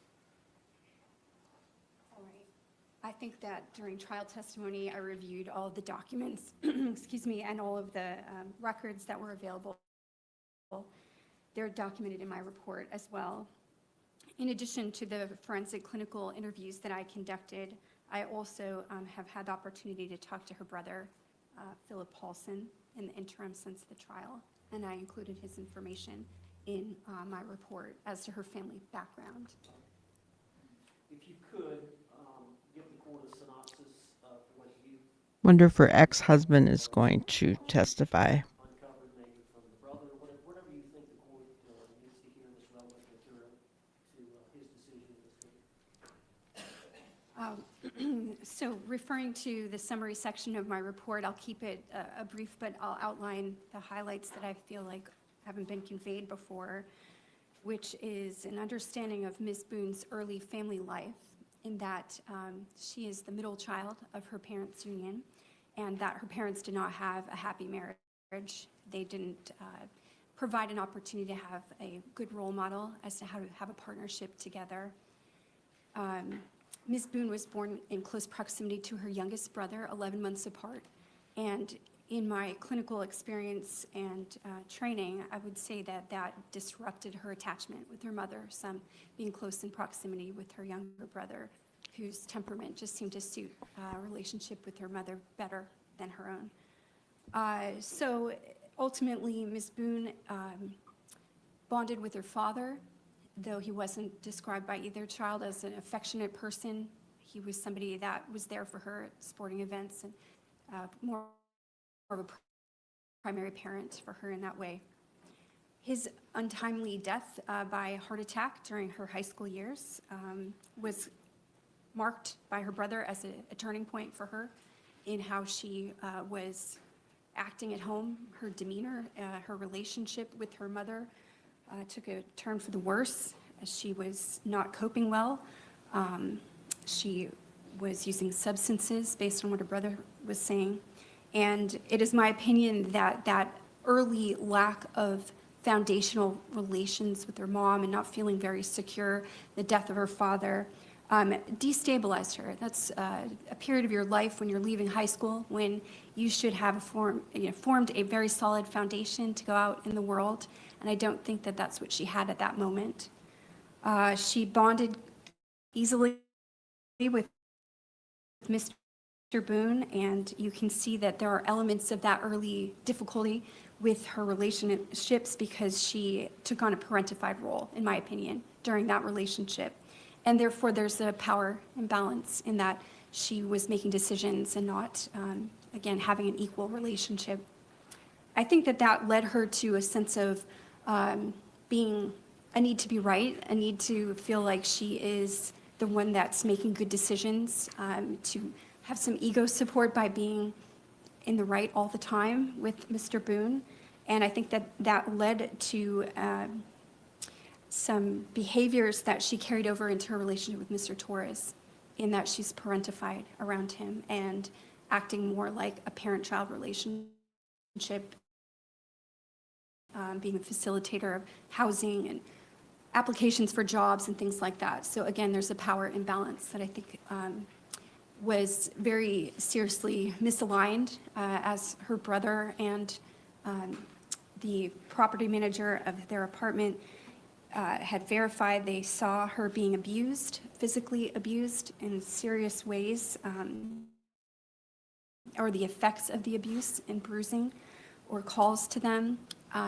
It is my opinion that she called for help, but when people got tired of her not leaving Mr. Torres, they stopped responding to those calls. And basically, Ms. Boone handled things on her own. And as other people with healthier boundaries probably would have left, she being acting out the pattern of intimate partner violence did not leave. She stayed long past when it would have been smart for others, or others would have said to leave, sorry. The undergirding of that not leaving the relationship is a long-term anxiety problem that became post-traumatic stress disorder. There is an earlier instance of exposure to traumatic stress in that she was the person in the hospital after her father died who found him having students perform CPR on his dead body. So that was an early exposure to high traumatic stress, witnessing that incident, and based on her brother's description, that was something that changed her. When a person is exposed to numerous compounding stressors, their adrenaline system is changed. It alters your body. And things that might be an otherwise neutral situation, you tend to have a cascading adrenaline response to that. And I think that that ultimately, for her, as she succumbed to other instances of serious physical abuse from her partner, became post-traumatic stress disorder. I do think that that is a condition that is still existent even while she's in jail. It's something that she needs treatment for because those triggers are unmitigated, meaning that she hasn't really had the kind of therapy to address them and reduce her adrenaline and anxiety responses when she thinks of past instances of traumatic events that have happened to her. You can also respond to post-traumatic stress disorder clinically by using antidepressant therapy, and that would be something that could assist her ultimately in reducing symptoms if she had counseling and antidepressant therapy. Now, Dr. Harper, I know that you had testified at the trial that, in your opinion, she suffered as a battered spouse, the syndrome that is legally recognized in Florida, in the courts of Florida. That's correct. And I understand that is tied to this intimate partner violence, which is maybe the same thing, but there's a complex mental health issue that ties into that. Can you speak on the complexity of that whole cycle that one such as Sarah and George Torres were involved in? Certainly. So intimate partner violence is not a diagnosis. It's a pattern of events that occur between two partners in which the power dynamic is altered by the physical abuse or behaviors that are controlling in nature to the point that someone's safety is threatened.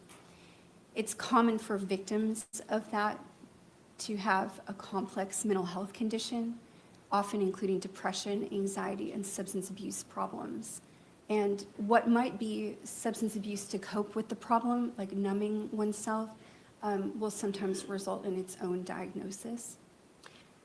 The pattern of intimate partner violence, I think we covered in the trial, but just in summary about that, there are phases in which at first the bonding of the two partners might be something positive. They've got something in common or have pleasurable time together. And then the secondary phase of that is when there is change in dynamic and some kind of traumatic event occurs, some instance of physical violence.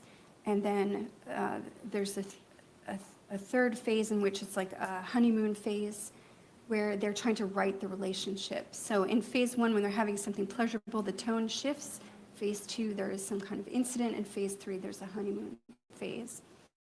As that pertains to anxiety, I think that a person who suffers from intimate partner violence never stops experiencing that hypervigilance, waiting for the next instance of violence to occur. So even though they may look happy, they might be experiencing something positive, they've not really relaxed because their memory that that could or will occur again is still in their mind. So they haven't fully stopped experiencing intimate partner violence. It's just what phase of the process they're in. Now, and Dr. Harper, it goes into more detail in your report, which I supplied to the court, which is a total of 11 pages, and I believe that's confidential document that's been filed. That's what's been marked. I don't believe it's been filed in the court file. Okay. If it has, that's something if it needs to be, it's something we can address. I have reviewed it. It does reflect confidential privilege information on the first page. I don't believe it's been filed in the court file unless you did it. Okay. It already has been? All right, appreciate it. Okay, excellent. Thank you, sir. And Dr. Harper, you're aware that the defense has filed a defendant's motion for downward departure. Yes. And we've listed several factors under paragraph 3, the capacity of the defendant to appreciate the criminal nature of her actions and conform with the requirements of law were substantially impaired, that she requires specialized treatment for a mental disorder that is not related to substance use or addiction, although you agree that she does suffer from alcohol use disorder. So she has an underlying mental health disorder, post-traumatic stress disorder, and I additionally diagnosed her with alcohol use disorder, which is separate. But you agree she does require specialized treatment for a mental disorder that's not related to the substance abuse or addiction? That's correct. And you agree that she's amenable for treatment? Yes. And you would agree that she acted under extreme duress in this unique homicide case? Yes. And you would agree that the uniqueness of the circumstances, the facts and circumstances surrounding the case, that the offense was committed in an unsophisticated manner? Yes. It was isolated. That's my understanding as well. Other than she had the charge where both of them were charged at one time, and I think she had the strangulation allegation, the felony case that was ultimately dismissed when both of them were arrested. She had a prior felony case. The facts are different, of course, than this particular case we're here today. Dr. Harper, I believe that's all the questions I've got, unless you would like to say if I've missed anything, of course. No, I think Okay, and if not, it's in the report. yes. Any questions? Yes, may she take the stand so I can do the podium? Yes, that's fine.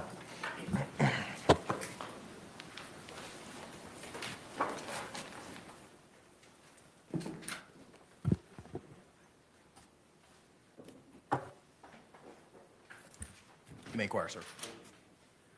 In pages 1 and 2 of your report, you go through the sources of your information, correct? Yes. And that would include 8 interviews that you had with her from the course of August of 2020 through September of 2024, correct? There were 9 interviews, but 8 dates of service are listed. You did the Miller Forensic Assessment of Symptoms Test, or MFAST. That's right. Inventory of Legal Knowledge, ILK. That's right. Clinician-administered PTSD Scale 5 examination. Yes. You consulted with her attorney. Yes. Videotaped interviews from this court case number of Sarah Boone, interview part 1 and 2, Abraham Moreno interview, Brandon Moats interview, Brian Boone interview, Juan Torres interview, and Melissa Sexton interview, correct? Yes. You reviewed the autopsy photos? Yes. You reviewed some of the digital forensic exhibits, including the Apple iPhone XS and a Samsung SMJ 327 T1 photographs from those two devices. Yes. You reviewed Bates stamped discovery pages 1 through 413. That's correct. The crime scene photos are photos of a scene taken on June 19th of 2020. Yes. Aspire Health records, Yes. and who do those pertain to? Aspire Health records are for Sarah Boone. Florida Hospital Medical Group records, Yes. and who do those records pertain to? That is also for Sarah Boone. And Aspire, is that a mental health treatment facility? It has an emergency department record, but that would be the place where she was detained under the Baker Act. And it is routine and common in the practice of forensic psychology or psychiatry to rely on the records of other such practitioners. As a source of information, sure. You reviewed the deposition of Dr. Tanya Warner. I did. You reviewed the trial testimony of Sarah Boone, Brian Boone, Dr. Michael Brannon, Dr. Tanya Werner, correct? Yes. The jury verdict form dated 10/25/24. Yes. Witness list notice of filing amended Yes. on this case. Records of Jorge Torres or George Torres involving case numbers 2019 MM 5114, a 911 call and PDF, case 2019 MM 7193, case 2019 MM 7193, Torres Public Records, case 2019 MM 7193, Torres Photos, Central Florida Primary Care Records, Advent Health Orlando Medical Records, correct? Yes. And those latter records that I just mentioned, those for Mr. Torres and not Ms. Boone, correct? That's right.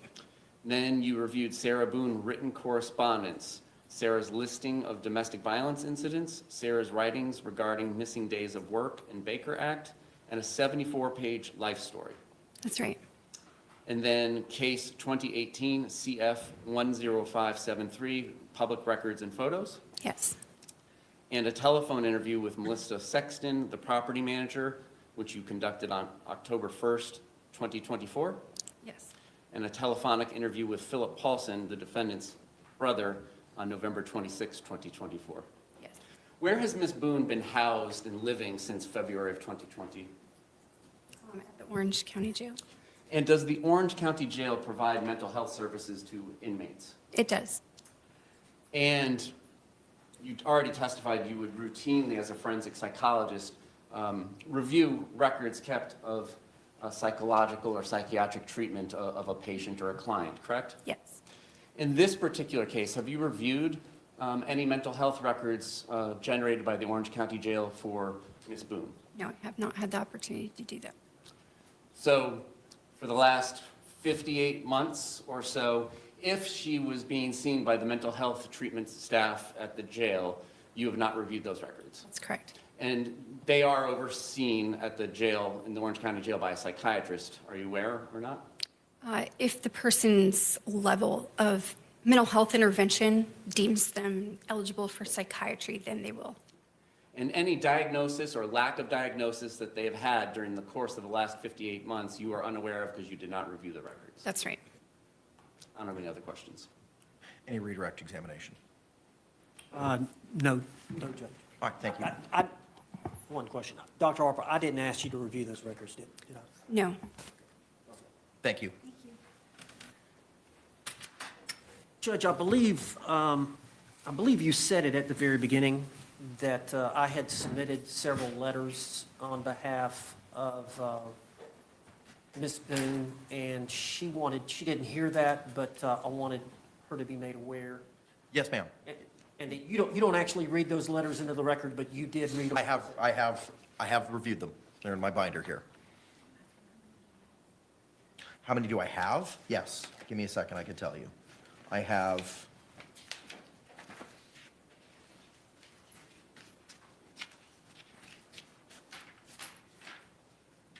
I have 6 handwritten letters.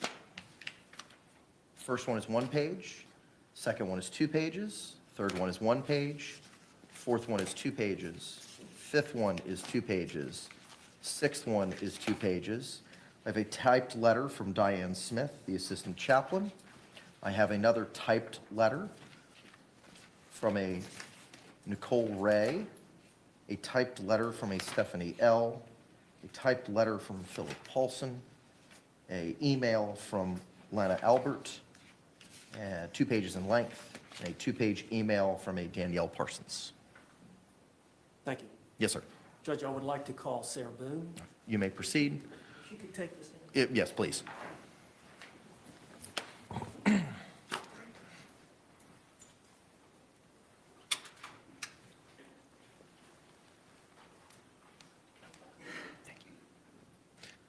Boone, you can be seated. You've been previously sworn.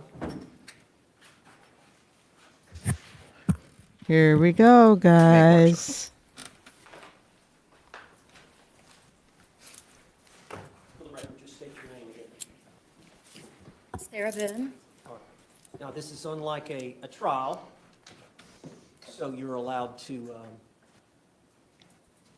speak in a narrative form, as well as I understand you have taken some notes or written a letter that you want to read from, and then you want to speak to the court after that. Yes. Why don't you go ahead and get started? Speak up, lady. This is actually an edited version of.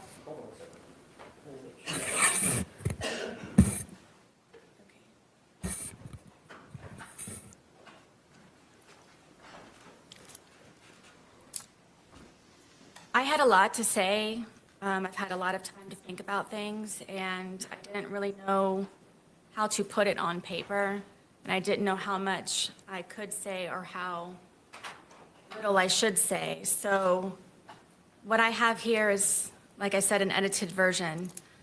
But I would like to read the more important parts that I feel that everyone should know that wasn't said in my actual trial. And on top of what I have on paper, I have, this is just the tip of the tip of the tip of the iceberg. So I wanted to read this, and then, if Wonderful. I may, I would like to address everyone in my apology on top of my statement. You may proceed, ma'am. Kintu Sukuroi is a kind of Japanese ceramic style which means to repair with gold. In this tradition, when a ceramic piece breaks, an artisan will fuse the pieces back together again using liquid gold or gold dust lacquer. So rather than being covered up, the breaks become more obvious and a brilliant new piece of art emerges from the brokenness. It embraces flaws, weakness, and imperfections, and also teaches the essence of resilience. Every crack in a ceramic piece is a part of its history, and each piece becomes more beautiful because it has been broken. This is the wisdom of Kintu Sukuroi. In my wisdom, and with all of my repairs, then, now, and ongoing, God is, has been, and will always be my artisan. All of my gold is forgiveness. This has held me together, made me shine brighter, and overcome the damage caused by George Torres, the Torres family, the justice system, Orange County Corrections Department, social media, scoundrel detectives, infamy, defamation, ongoing Well, it's everybody constitutional else's rights fault. violations, second-degree murder, forced into being pro se. Just as gold is very precious, forgiveness is invaluable. Forgiveness is not an attempt to change or forget who, what, or how you've lived through to be so gold, but an act of grace, humility, and considerable self-compassion to be set free from sorrow. Withholding forgiveness denies your brilliance and adds even greater grief and deeper heartache, irreparable cracks on top of the already that no one deserves, no matter the pain or disappointment, untruths or injustice. It doesn't matter, as the more broken you are, even though now different than before, you've become more outstanding and more extraordinary. Above all, when you let go of blame, misunderstandings, excuses, give up your anger and cease from resentment, this is forgiven. And when you forgive, you have, and when you forgive, you heal. And when you heal, you move forward. My goal begins with George Torres, and every time he slapped me, kicked, punched, spit on, raped, stabbed, choked, laughed at, pushed, pulled, dragged, whipped, tripped, stole from, lied, terrorized, threatened, humiliated, forced, degraded, made me cry. Every time he tried to end me, defeat, or destroy. I forgive George for beating me senseless, for trying to sleep because I had to go to work or my son's field trip the next day, for ruining my deceased family's heirlooms, traditions, and keepsakes, my son's furniture, destroying the television we watched together, for wrecking our townhome by breaking windows, punching holes in the walls and doors, ramming his entire body into glass doors, kicking in my front and back door over and over and over, for breaking or removing the locks from all of the doors and sometimes the knobs altogether, so I had nowhere to feel safe, including the sacred space of my son's room where he beat me bloody on his bed.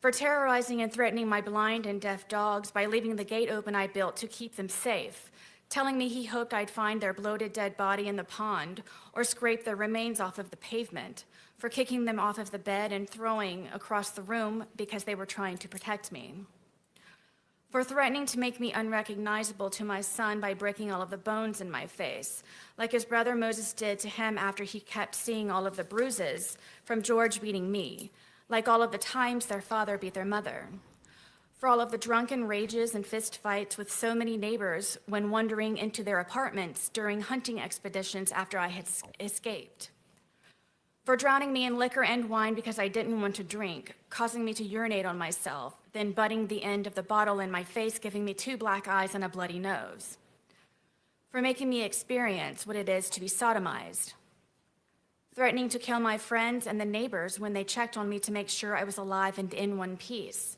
for threatening to burn down our townhome and set my car on fire because I got a job, for holding me hostage on weekends my son was supposed to come over by keeping my keys around his neck, my phone in his crotch, and a butcher knife stuck in the middle of the table as a warning not to ask anything or try to leave, for stabbing me in the leg and not letting me call 911 for an ambulance or seek help, where I nearly bled to death until I concocted a lie to save him from being arrested, for destroying my phone with a hammer because my son called, for me experiencing ever being arrested and after today, prison, for beating me almost blind, crushing my occipital lobe, for having me experience what it means to see stars like in the cartoons, where a character has a tall lump on their head. I had that too, and many times, for dragging me downstairs by my hair in the middle of the night just to sit next to him, for taking my car driving drunk with my debit card to buy more alcohol while I slept, even after I kindly explained the importance of my car to take my son to school foremost, me to work, and he to his batterers intervention classes and probation officer meetings, where I would be forced to sit for hours in the parking lot waiting for him, for causing me so much trauma and pain mentally, physically, emotionally. I had to be hospitalized more than once, for destroying my reputation and integrity, for my M for murderer scarlet letter, not letting me feel safe to live, talk to other people, spend time with my son, have a job, friendships, simply go to the bathroom with the door closed, or go to sleep soundly or comfortably. I forgive George for lying, for him trying in so many ways, so many Doesn't sound like times, to forgiveness end to me with his me. terrifying love. I also forgive the Torres family, his mother and father foremost, also his 2 ex-wives and daughters, all for knowing who George was capable of and has done in the past, his history of violence and where he learned it, then to keep turning a blind eye when I would ask for help. All of his siblings, including Farrell Torres, who is now on his way to prison for stabbing the mother of their baby in the side of her head. For everyone who knew what George was doing to me, sometimes how and when, but allowed and enabled. I forgive them for caring too late. I hope they all ask themselves while quiet and comfortable in bed at night the uneasy question, what could I have done to stop this from happening to both of them? And after all the times Sarah tried to, by asking for help from all of us and so many times. Another great contributor of my gold is social media, with its greed, insensitivity, deception, obvious exploitation, and advantageous gain from my criminal case as a whole, and for sentencing me by anticipation as a result of ignorance and hate, conjured and fabricated by the organized crime that is social media, which condemned me in the court of global public opinion since the beginning. My family law case is the new prey waiting to be picked apart and pillaged from me being made infamous by social media in my criminal case. It simply seems I cannot forgive and be forgiven and move forward. Social media has made me a pariah. It has caused great oppression and undeniable disadvantages, especially by broadcasting and manipulating my cases online. In my criminal case, as a result, my opportunities to be given a fair, proper, and uninfluenced successful conclusion was heavily depleted and poisoned. I forgive them. Also, all of the media tycoons for not having a life of their own, trying so desperately to make themselves seem so right by making me appear so wrong. Forgiveness for prejudgment, ridiculous theatrics, lies, making and taking blood money from my and others' misfortunes, accidents, and catastrophes. It's all over their hands and their keyboards. And even after all that's been said and done, theorized, hypothesized, scrutinized, and blasphemed in my case, still no one knows me. In the end, I forgive myself for not choosing my life sooner, for not being more brave, vigilant, bolder, and outspoken, stronger, mentally, physically, emotionally, and spiritually, for being hopeless, desperate, simple-minded, weak, and inexperienced. I forgive myself for not realizing I was enduring a life of domestic violence and that the vicious cycle of never ends. I had nothing to compare to. I've never been hit by a man ever before in my life. I was raised hitting a woman was wrong and should never happen. No excuse. I forgive myself for not escaping permanently, for not fighting back sooner to save myself, my son, my dogs, home, and car. Having 20/20 hindsight thinking of everything I could have done differently or better to avoid the outcome. I think about this every day since. Also, of all the good days we had together, for him at least, while I was constantly in hyperdrive, high alert, and paranoid, making sure I did everything right all the time. If not, the great possibility I would be ended as George threatened me with so many times before. I forgive myself for falling in love with a monster, and no matter how grotesque he may become, I still loved him, hoped, and forgave. I tried breaking the spell so he wouldn't be a monster anymore. I saw who he was inside. George made me then, now, and always love him for all of his cracks also. We made each other our own brilliant pieces of art from the cracks and repairs. Unfortunately, not all cracks can be. In all of my forgiveness, George is my greatest lesson and will forever be a part of me. I think of him every day and still speak to him when alone on the rec yard. I ask his forgiveness and that he looks for me at the gates of heaven so I can tell him how sorry I am, endlessly, and that I never stopped loving him. In all of it and still. When I first came to jail, I put my mat under my bed and cried all day and all night for months, only falling asleep from being so exhausted with grief. I wrote him letters. I wrote his family and his daughters, apologizing for asking for their forgiveness. But due to fear that my life or sons would be jeopardized, I did not send. I am sorry. I cannot begin to fathom any of their grief and sadness. Please forgive me. Almost everything reminds me of him, seeing my stab wound especially every day especially. It truly reminds me that all I really did live through. George haunts me. He is everywhere. I believe because I do still love him, think of him, and miss his laugh the most. In my heart, I know he is with me and understands that this tragedy was not intentional. I hope everyone can, his family foremost. I didn't mean for this to happen. Please wholeheartedly know that, and always, I would never. Forgive me, George. Forgive me, Torres family. Forgive me, Judge Cranick. To the entire planet, please forgive me. I graciously and humbly ask for consideration, for forgiveness to be extended instead of judgment, for reconciliation and restoration for all of us to move forward. My apology is profuse and ceaseless. Allow me, please, to brush off the muck, wipe the blood off of my face, and fix the cuts in my skin.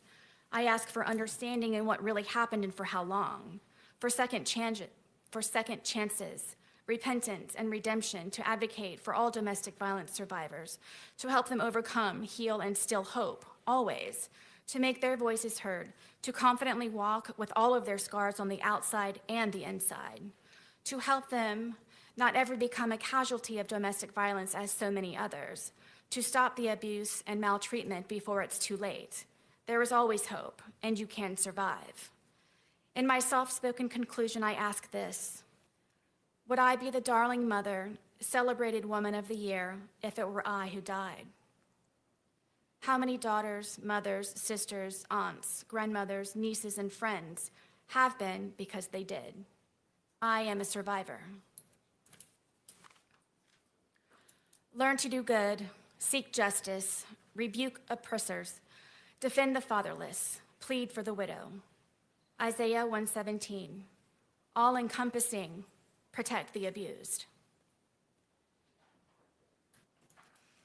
Ms. Boone, is that the end of your written statement? Yes. Now, gathering your thoughts, did you want to make an oral statement? I do. All right, would you do that now? Yes, please.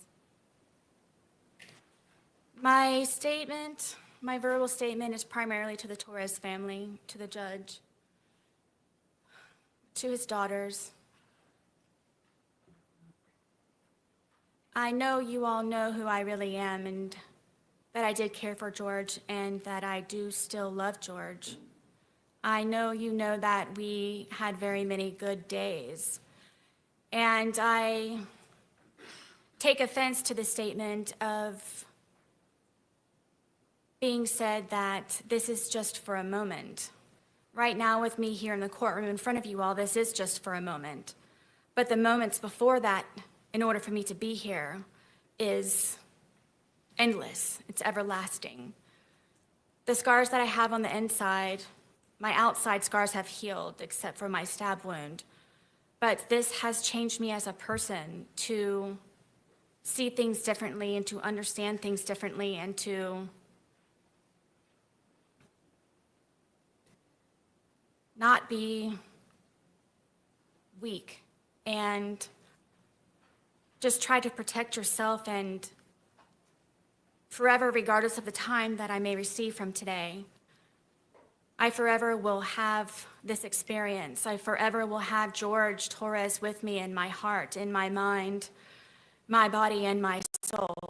As he and I used to say that we were one soul split into two bodies. This is not just for a moment. It may be for everyone in this courtroom, but when I leave, this is forever. When you all leave, that this is forever. This is forever for everyone here and those who it matters to most. I am one of those who will experience this forever. I'm sorry. Words do not define my shame, and I don't know what else it is that I can say and convey to the Torres family how this happened. The ifs and whys and how really don't matter. It happened, and I'm sorry. Words cannot describe. And I hope that everyone can forgive me, the Torres family most of all, and his daughters, because I know what he meant to them. And I don't think that anybody ever understood what he meant to me and I to him. And I ask for forgiveness. Ms. Boone, I have just one or two questions, if you don't mind. And you can speak on it if you want or not. But this is a unique case, and one of the reasons it's so unique is that you were in jail for 4.5 years prior to your trial. And I understand that when you were brought up as a child, that you did have some spirituality in your family, some church, some religion. Always. But I understand that you got away from that. Did you have a chance during the 4.5 years to look back at your spirituality? Absolutely. You know, Everyone supposes that this is one of the worst experiences of my life, and it's actually been one of my greatest. If I were not beaten to death, I was going to work myself to death on the outside, and I never had time to get back into my Bible and to pray and to be with the Lord. And I, being here incarcerated, have had time, of course, to get closer to God, to reacquaint myself to Him, and realize what it's all about. This is all temporary. And when I say temporary, I don't mean by being set free in jail or from prison or wherever else. It means being set free and temporary, meaning that you work for something higher, you work for God, that you strive for your crown to be placed upon your head by Jesus Christ by being said, "You have done well, my good and faithful servant." I've always tried to be a good and faithful servant. I was just a servant as opposed to doing all that I can when my family were alive and I was going through everything up to this point. I've become so much more closer to the Lord, and it's made me such a better person, and I hope that I am an example going forward of the Lord's light and can draw many people to me because of it. Any follow-up, State? Thanks. No, I assumed that was the final word. Thank you. She can return back to council's table. Anything else from your side of the ledger, Mr. Owens? No more witnesses, Judge, just arguments. Okay. Anything else in rebuttal, or just proceed to argument, State? Just proceed to argument. Okay, all right. Once Ms. Booz How is can you seated, go can from proceed with your blaming argument. people Either Mr. to J or then Mr. saying you're Castro. sorry? Do you guys believe her? She showed no emotion. You may proceed, sir. Your Honor, I'm going to start my argument by what I anticipate Mr. Owens will bring up in his presentation regarding the plea offer in this case. That she was offered the resolution in this case of 15 years in the Department of Corrections to begin with. I think it's important, though, that the entire circumstance of that plea offer is put forward. And there's something very critical to that. It's not just 15 years in the Department of Corrections. It's 15 years in the Department of Corrections, but it's predicated on something. And the consideration that it's predicated on is the defendant coming to court and accepting responsibility for her actions. For her coming to court and saying, I am responsible for George Torres's death, and I accept the punishment that comes with it. That consideration was never given in this case. And because that consideration was never given in this case, the offer of 15 years in no way represents what this case is worth, or what George Torres's life is worth. That is an offer predicated on a particular circumstance, a circumstance of a first-time defendant accepting responsibility and giving every benefit of the doubt in coming to court and saying that they are ready to be punished. Those conditions were never met. So then we turn to this case, and we turn to this crime, and we turn to the actions of the defendant of taking the law into her own hands and murdering George Torres. She has never shown remorse for that. She didn't show remorse for that here today. She again painted herself as the victim. Yes, She's she the did. victim of George Torres. She recounted the litany of evil deeds and mistreatments Yep. that he perpetrated upon her. She's the victim of George Torres' family. She's the victim of police. She's the victim of social media. Are you regretting your all words about now, Sarah?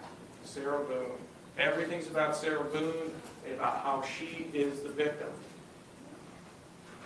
And Sarah Boone sentenced every one of George Torres's loved ones to a life sentence.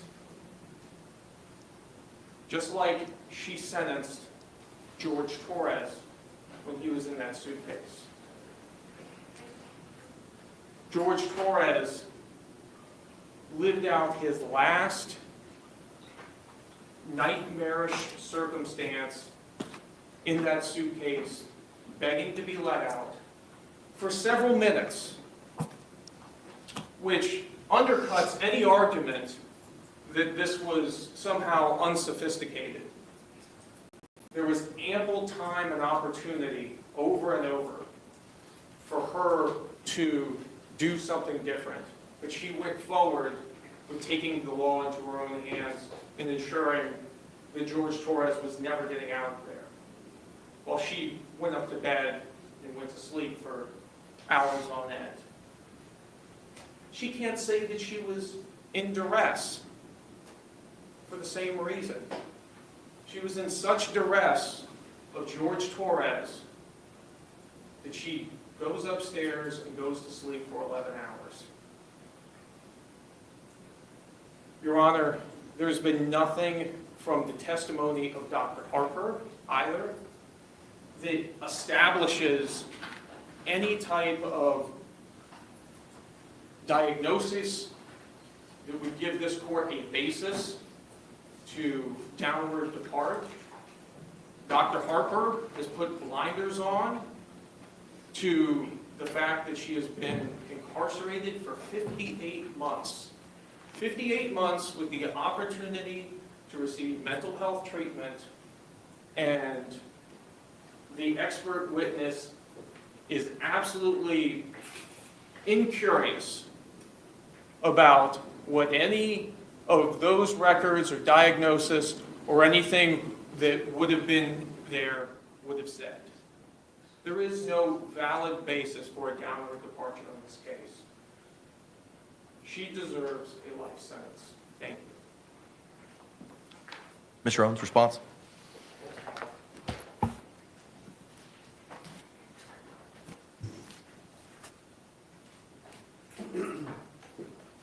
Just credit.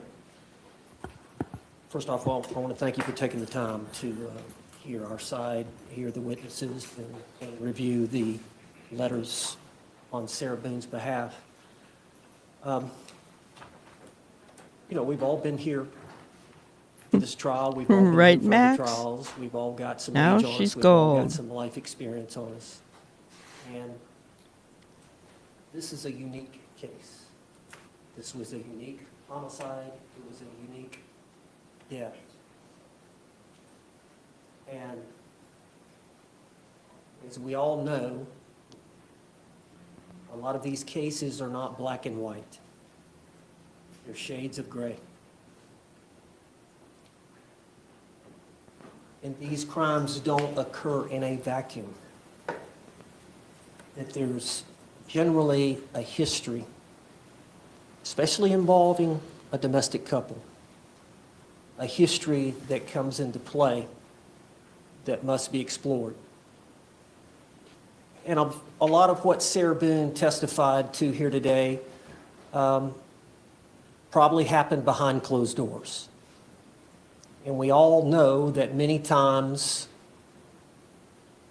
we do not know what happens behind closed doors between a man and a woman in their home, unless there is some reason for the neighbors or law enforcement or somebody else to get involved. And that happened in this case. And so gradually over time, as this event occurred, That was there my was an thought too. investigation, and it was learned that there was a history She could have of left. domestic violence involving these two parties. And what we learned was that physically there was violence, and there were photographs to establish that, as were introduced in the trial. And then there was testimony from experts not only the defense expert, Dr. Harper, that Sarah Boone was the victim, and she was a victim of intimate partner violence, but coupled with the fact that the state's expert testified on the stand at the trial that Sarah Boone was a victim of intimate partner violence, that she suffered from this domestic or this battered spouse syndrome as the hands of George Torres. So there's two sides to it. And in a domestic violence situation like that, She was 95% found of the guilty in a women court of law. get out of that relationship. When violence starts to occur, they've either been raised a certain way, they have a certain self-esteem about themselves where they refuse to put up with it, knowing that it's wrong, knowing that they can do better. But there is a small percentage throughout the country that for whatever reason, mental health issues, addiction issues, whatever it is, it's complex. Financial reasons, children are involved, whatever. If you do any studying on it, there are circumstances where there is a group of women, predominantly women, it can happen to men, but majority of the time it's a woman that gets caught in this cycle of what we term as intimate partner violence. And court heard the testimony about the cycle that occurs. It's over a period of time and it repeats itself and you go through these phases. And a lot of times the victim's not a great historian at trying to articulate it. She tried to do it here today. And I think on Sarah Boone's behalf, she is a unique individual. She's got the personality that she's got. I don't know, you heard from Dr. Harper that a lot of that was formulated based on the way her mother did not bond with her, the way that her father was the way that he was, the fact that she lost several relatives at a young age, and the trauma that can result. We heard from Dr. Harper that she did suffer from post-traumatic stress as it relates to that trauma in early childhood, and then again as it relates to the events that occurred between Mr. Torres and her. So it's complicated, Judge. It's complicated. But the jury has spoken. Sarah Yes, Boone was they entitled have. under Florida law to present that defense, and she did. That testimony was allowed to be presented. She was allowed to testify. But the jury spoke. And so here we are today with you in a position to decide what is justice for Sarah Boone. And I don't know you that much other than our time together, but from what I know you try to do the right thing. And that's what we're asking the court to do. To have some discernment, to have some understanding of the unique situation that Sarah Boone found herself in. And quite frankly, Judge, this all didn't occur behind closed doors. A lot of this was in the public eye. Oh, come on. Torres Don't had, I blame the believe, 3 family. criminal cases before the courts of this county in which Sarah Boone was a victim. Mr. Torres was the accused. Those cases were dismissed. We know from the history of this domestic violence field that that's normal, that Sarah Boone every time either tried to bond him out or tried to get the case dismissed. Oh, thanks, At some Max. point, somebody has to stop. Somebody has to say, wait. What's going on here? This keeps repeating. It's going to get worse. Something's going to happen.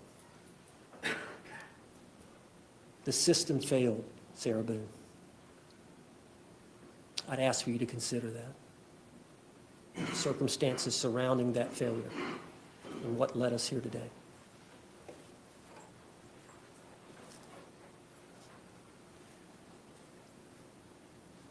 I've asked the court to consider a downward departure. I believe you've gotten a copy of the score sheet. Not since before trial. Is the score sheet stipulated to? Yes, yes, sir. All right, you may approach. Thank you. Yes, sir. Judge, I was provided that here today, and I believe, I can't remember the total number of months that it involves, but divided by 12, I think it's 20 months. 20.6 is the low end of the guidelines or something about. It's 246.0 months based on the score sheet. I did the calculation, but I believe that the low end is 20 years, 20 years, 20.6 years state prison, I believe is the low end. 20.5. Yes, sir. And as the court knows, I believe it's on page 3, there are some aggravators that the court can consider in opposing the sentence, and then there are a list of mitigators that the court can consider in downward departing, meaning going lesser than the low end of the guidelines. And in the defendant's motion for downward departure, we mentioned, and I had Dr. Harper testify about 2 or 3 of the grounds, and the court needs to only find one to go below the guidelines. The capacity of the defendant to appreciate the criminal nature of her actions and to conform said actions to the requirements of the law were substantially impaired. Judge, I don't have to reiterate the facts and circumstances surrounding this event. You were here, you heard the testimony, you heard the circumstances surrounding what happened and how it happened. I would ask that you consider that as a mitigator. 2D, the defendant requires specialized treatment for a mental disorder that is not related to substance abuse or addiction and is amenable to treatment. I think it's fair to say here that we know that Sarah suffers from some mental health issues, objective mental health issues that have been opined by Dr. Harper and Dr. Werner. And you heard Dr. Harper testify about the post-traumatic stress disorder that she suffers from as it relates to this event, as it relates to her trauma that occurred in childhood. I think we heard from Dr. Werner. Dr. Werner testified that she suffered from the alcohol abuse disorder, as did Dr. Harper, but Dr. Werner also mentioned that she was not for sure about the anxiety disorder, whether it occurred prior to or because she was in the jail for the 4.5 years. However, she does require specialized treatment for the mental disorder, and she is amenable for treatment. And then third, the defendant acted under extreme duress, I think based on Sarah Boone's mindset as she testified to her today, and then you heard from the experts at the trial that when you get that anxious about what happens, Sarah testified about they would have good days where there would be no drinking or very little drinking, and then there would be other days where there was heavy drinking, and generally when George Torres got highly intoxicated is when potentially things could get violent, and that she was constantly anxious about each day that she was with him. She loved him, obviously being in a cycle like that where you love someone but can't leave them. For whatever reason, George Torres couldn't leave Sarah Boone, and Sarah Boone couldn't leave George Torres, and it was a vicious cycle. But we believe that she qualifies under that it was under extreme duress at the time of this event. And lastly, the defense was committed in an Me too, unsophisticated Mike. manner, which was an isolated He was very incident. fair to Sarah. Isolated, we know, Judge, that she had one prior event in which both of them were arrested. He had more patience with her You heard than I would have. testimony that it was during an event, they ended up downstairs next to the washer and dryer, and that she was on the bottom, and she had used her hands to try to get him off, and she had tried to choke him, and there were some marks on him. And she was arrested for I think felony domestic violence battery, as well as he was arrested. I think a few days later, both of those charges were dismissed against either party. But she has no criminal conviction record. She has never been convicted of a crime, other than that event. Now, I think that can be distinguished, so we believe that it was an unsophisticated manner. Obviously, the uniqueness of this event is unsophisticated. Anybody that would calculate that they were going to murder somebody by putting them in a suitcase and letting them spend the night, and the next morning, not try to dispose of the body, not try to put the suitcase in a car and go dump the body, not try to dispose of the bat, do something. She did nothing. No attempts to tamper with evidence. No attempts after the fact to uncover any conduct whatsoever. No attempts to delete the videos from her phone. Here's my phone, voluntarily given that information. I think that goes to the unsophisticated manner and unintentional death that occurred.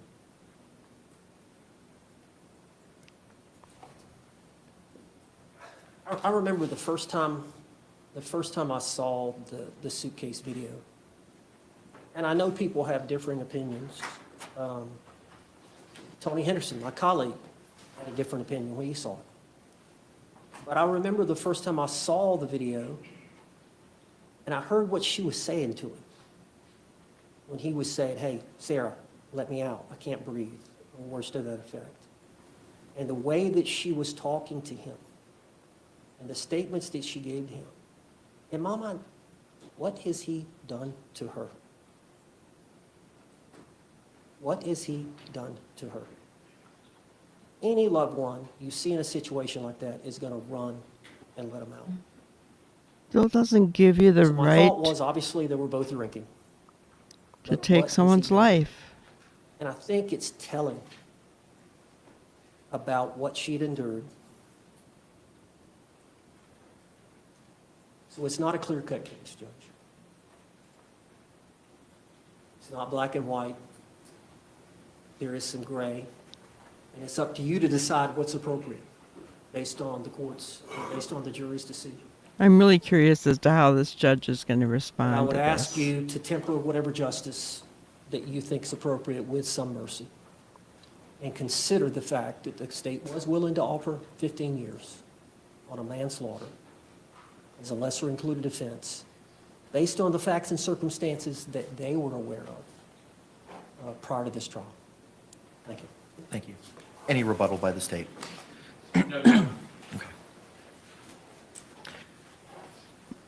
Court has had the opportunity to review the evidence and testimony that was presented at trial. The victim impact statements presented here today, the statements of character witnesses, both orally and in writing, Dr. Harper's report and testimony, the defendant's testimony, pre-sentencing investigation, the arguments of the state and the arguments of the defense. Court pronounces sentence as follows. Ms. Boone, court sentences you to life in the Department of Corrections with credit time served that Madam Clerk will provide to you momentarily. There are also court costs and costs of prosecution, which Madam Clerk will give you the totals of momentarily. Due to the court levying a life sentence, the court is inclined to liquidate those to a civil judgment unless I hear opposition from the state. No opposition, Your Honor. All right. Madam Clerk, if you could please give us the credit time served and the court costs, please. 4 years, 9 months, and 8 days, and the court costs are $418, a state prosecution fee of $100, a dirt fee of $50, and a PD. Oh, excuse me, we're not screwed. I'm right. So the total would come up to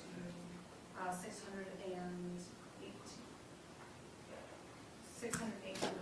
All right, ma'am, the court costs and costs of prosecution are $618. Those will be liquidated to a civil judgment. You will be given credit time served of 4 years, 9 months, and 8 days.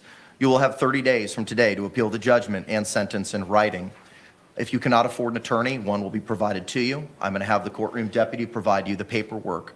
Because you've been incarcerated for the last 58 some odd months, the court is going to declare that you are indigent in this matter.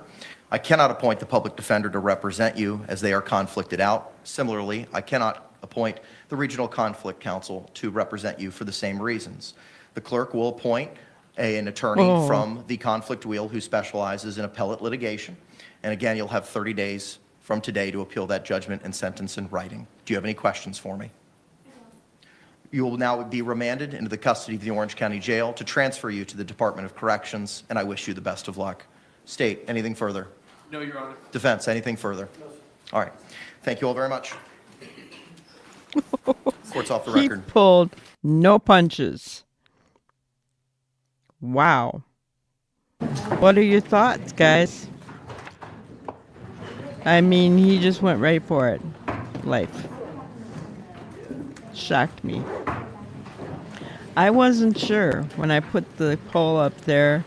Most of you, everybody, wasn't many votes, but 100% thought there'd be somewhere in between 16.75 years and life in prison. But she got life. And no emotion from her, but you know, I think she hurt herself when she got up and started talking. She listed everything and then in the same breath was saying that she was sorry. You know, and she even took offense to something that the Torah has said. You don't do that. If you're wanting leniency on the day of your sentencing, you do not say everything that has been done to you. You let it all go and you try to convey your remorse. She didn't do that at all. She did not do that at all. It's very sad. Very sad. And I liked what Max said. She's going to be in prison now. Totally different thing.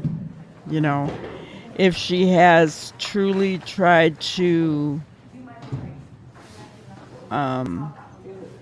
become a Christian, I don't feel she showed it today.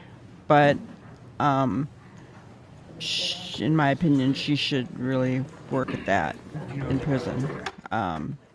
She's on her way. Because what she said here today was not Christ-like, in my opinion. You know, you can't speak about forgiveness and talk about what's been done to you in the same breath, and with such venom that she said it. You know, it just doesn't work like that. But there you have it. So, I do want to share my grannyism for today. Let's see here. So life is a precious gift. Use your days wisely, right? It really is a precious gift. It goes by in the blink of an eye. I mean, even 10 years ago, I guess I would have never thought about the fact that here I am at 66 years old. And it seems like, you know, I'm on the other end now, and wow, I mean, I don't know how much time I have left, right? And so it is a precious gift. And, you know, I think sometimes we take things, I don't know what I want to say. We take things in stride, and we each day, you know, and we don't think about how important that one day can be, right? And we make mistakes in that day that maybe can last a lifetime, and that's what Sarah did, right? She took, and yes, I know she was drinking that day, and I don't know if she did drugs. I don't think she did, but she was drinking that day. And because of the choice to drink and the choice to leave George in that suitcase, look, on one day, look what it did to her life, the rest of her life. That's just scary. So I'm just encouraging everybody to make the right decisions, use your days wisely. Um, and I take that to heart for myself as well. And we'll see you guys in about 3 hours for our continuing coverage on Where is Sebastian. Have a great day. Thank you for watching another episode of Granny's Crime Busters. We really appreciate each and every one of you. Don't forget to subscribe and like and even share the content. You can follow us on any of our other social media platforms at YouTube, Twitter, Instagram, Facebook, and TikTok. We really appreciate you guys, and you can also email us at granniescrimebusters@gmail.com. Thank you so much, and we will see you on the next one. Thanks, guys.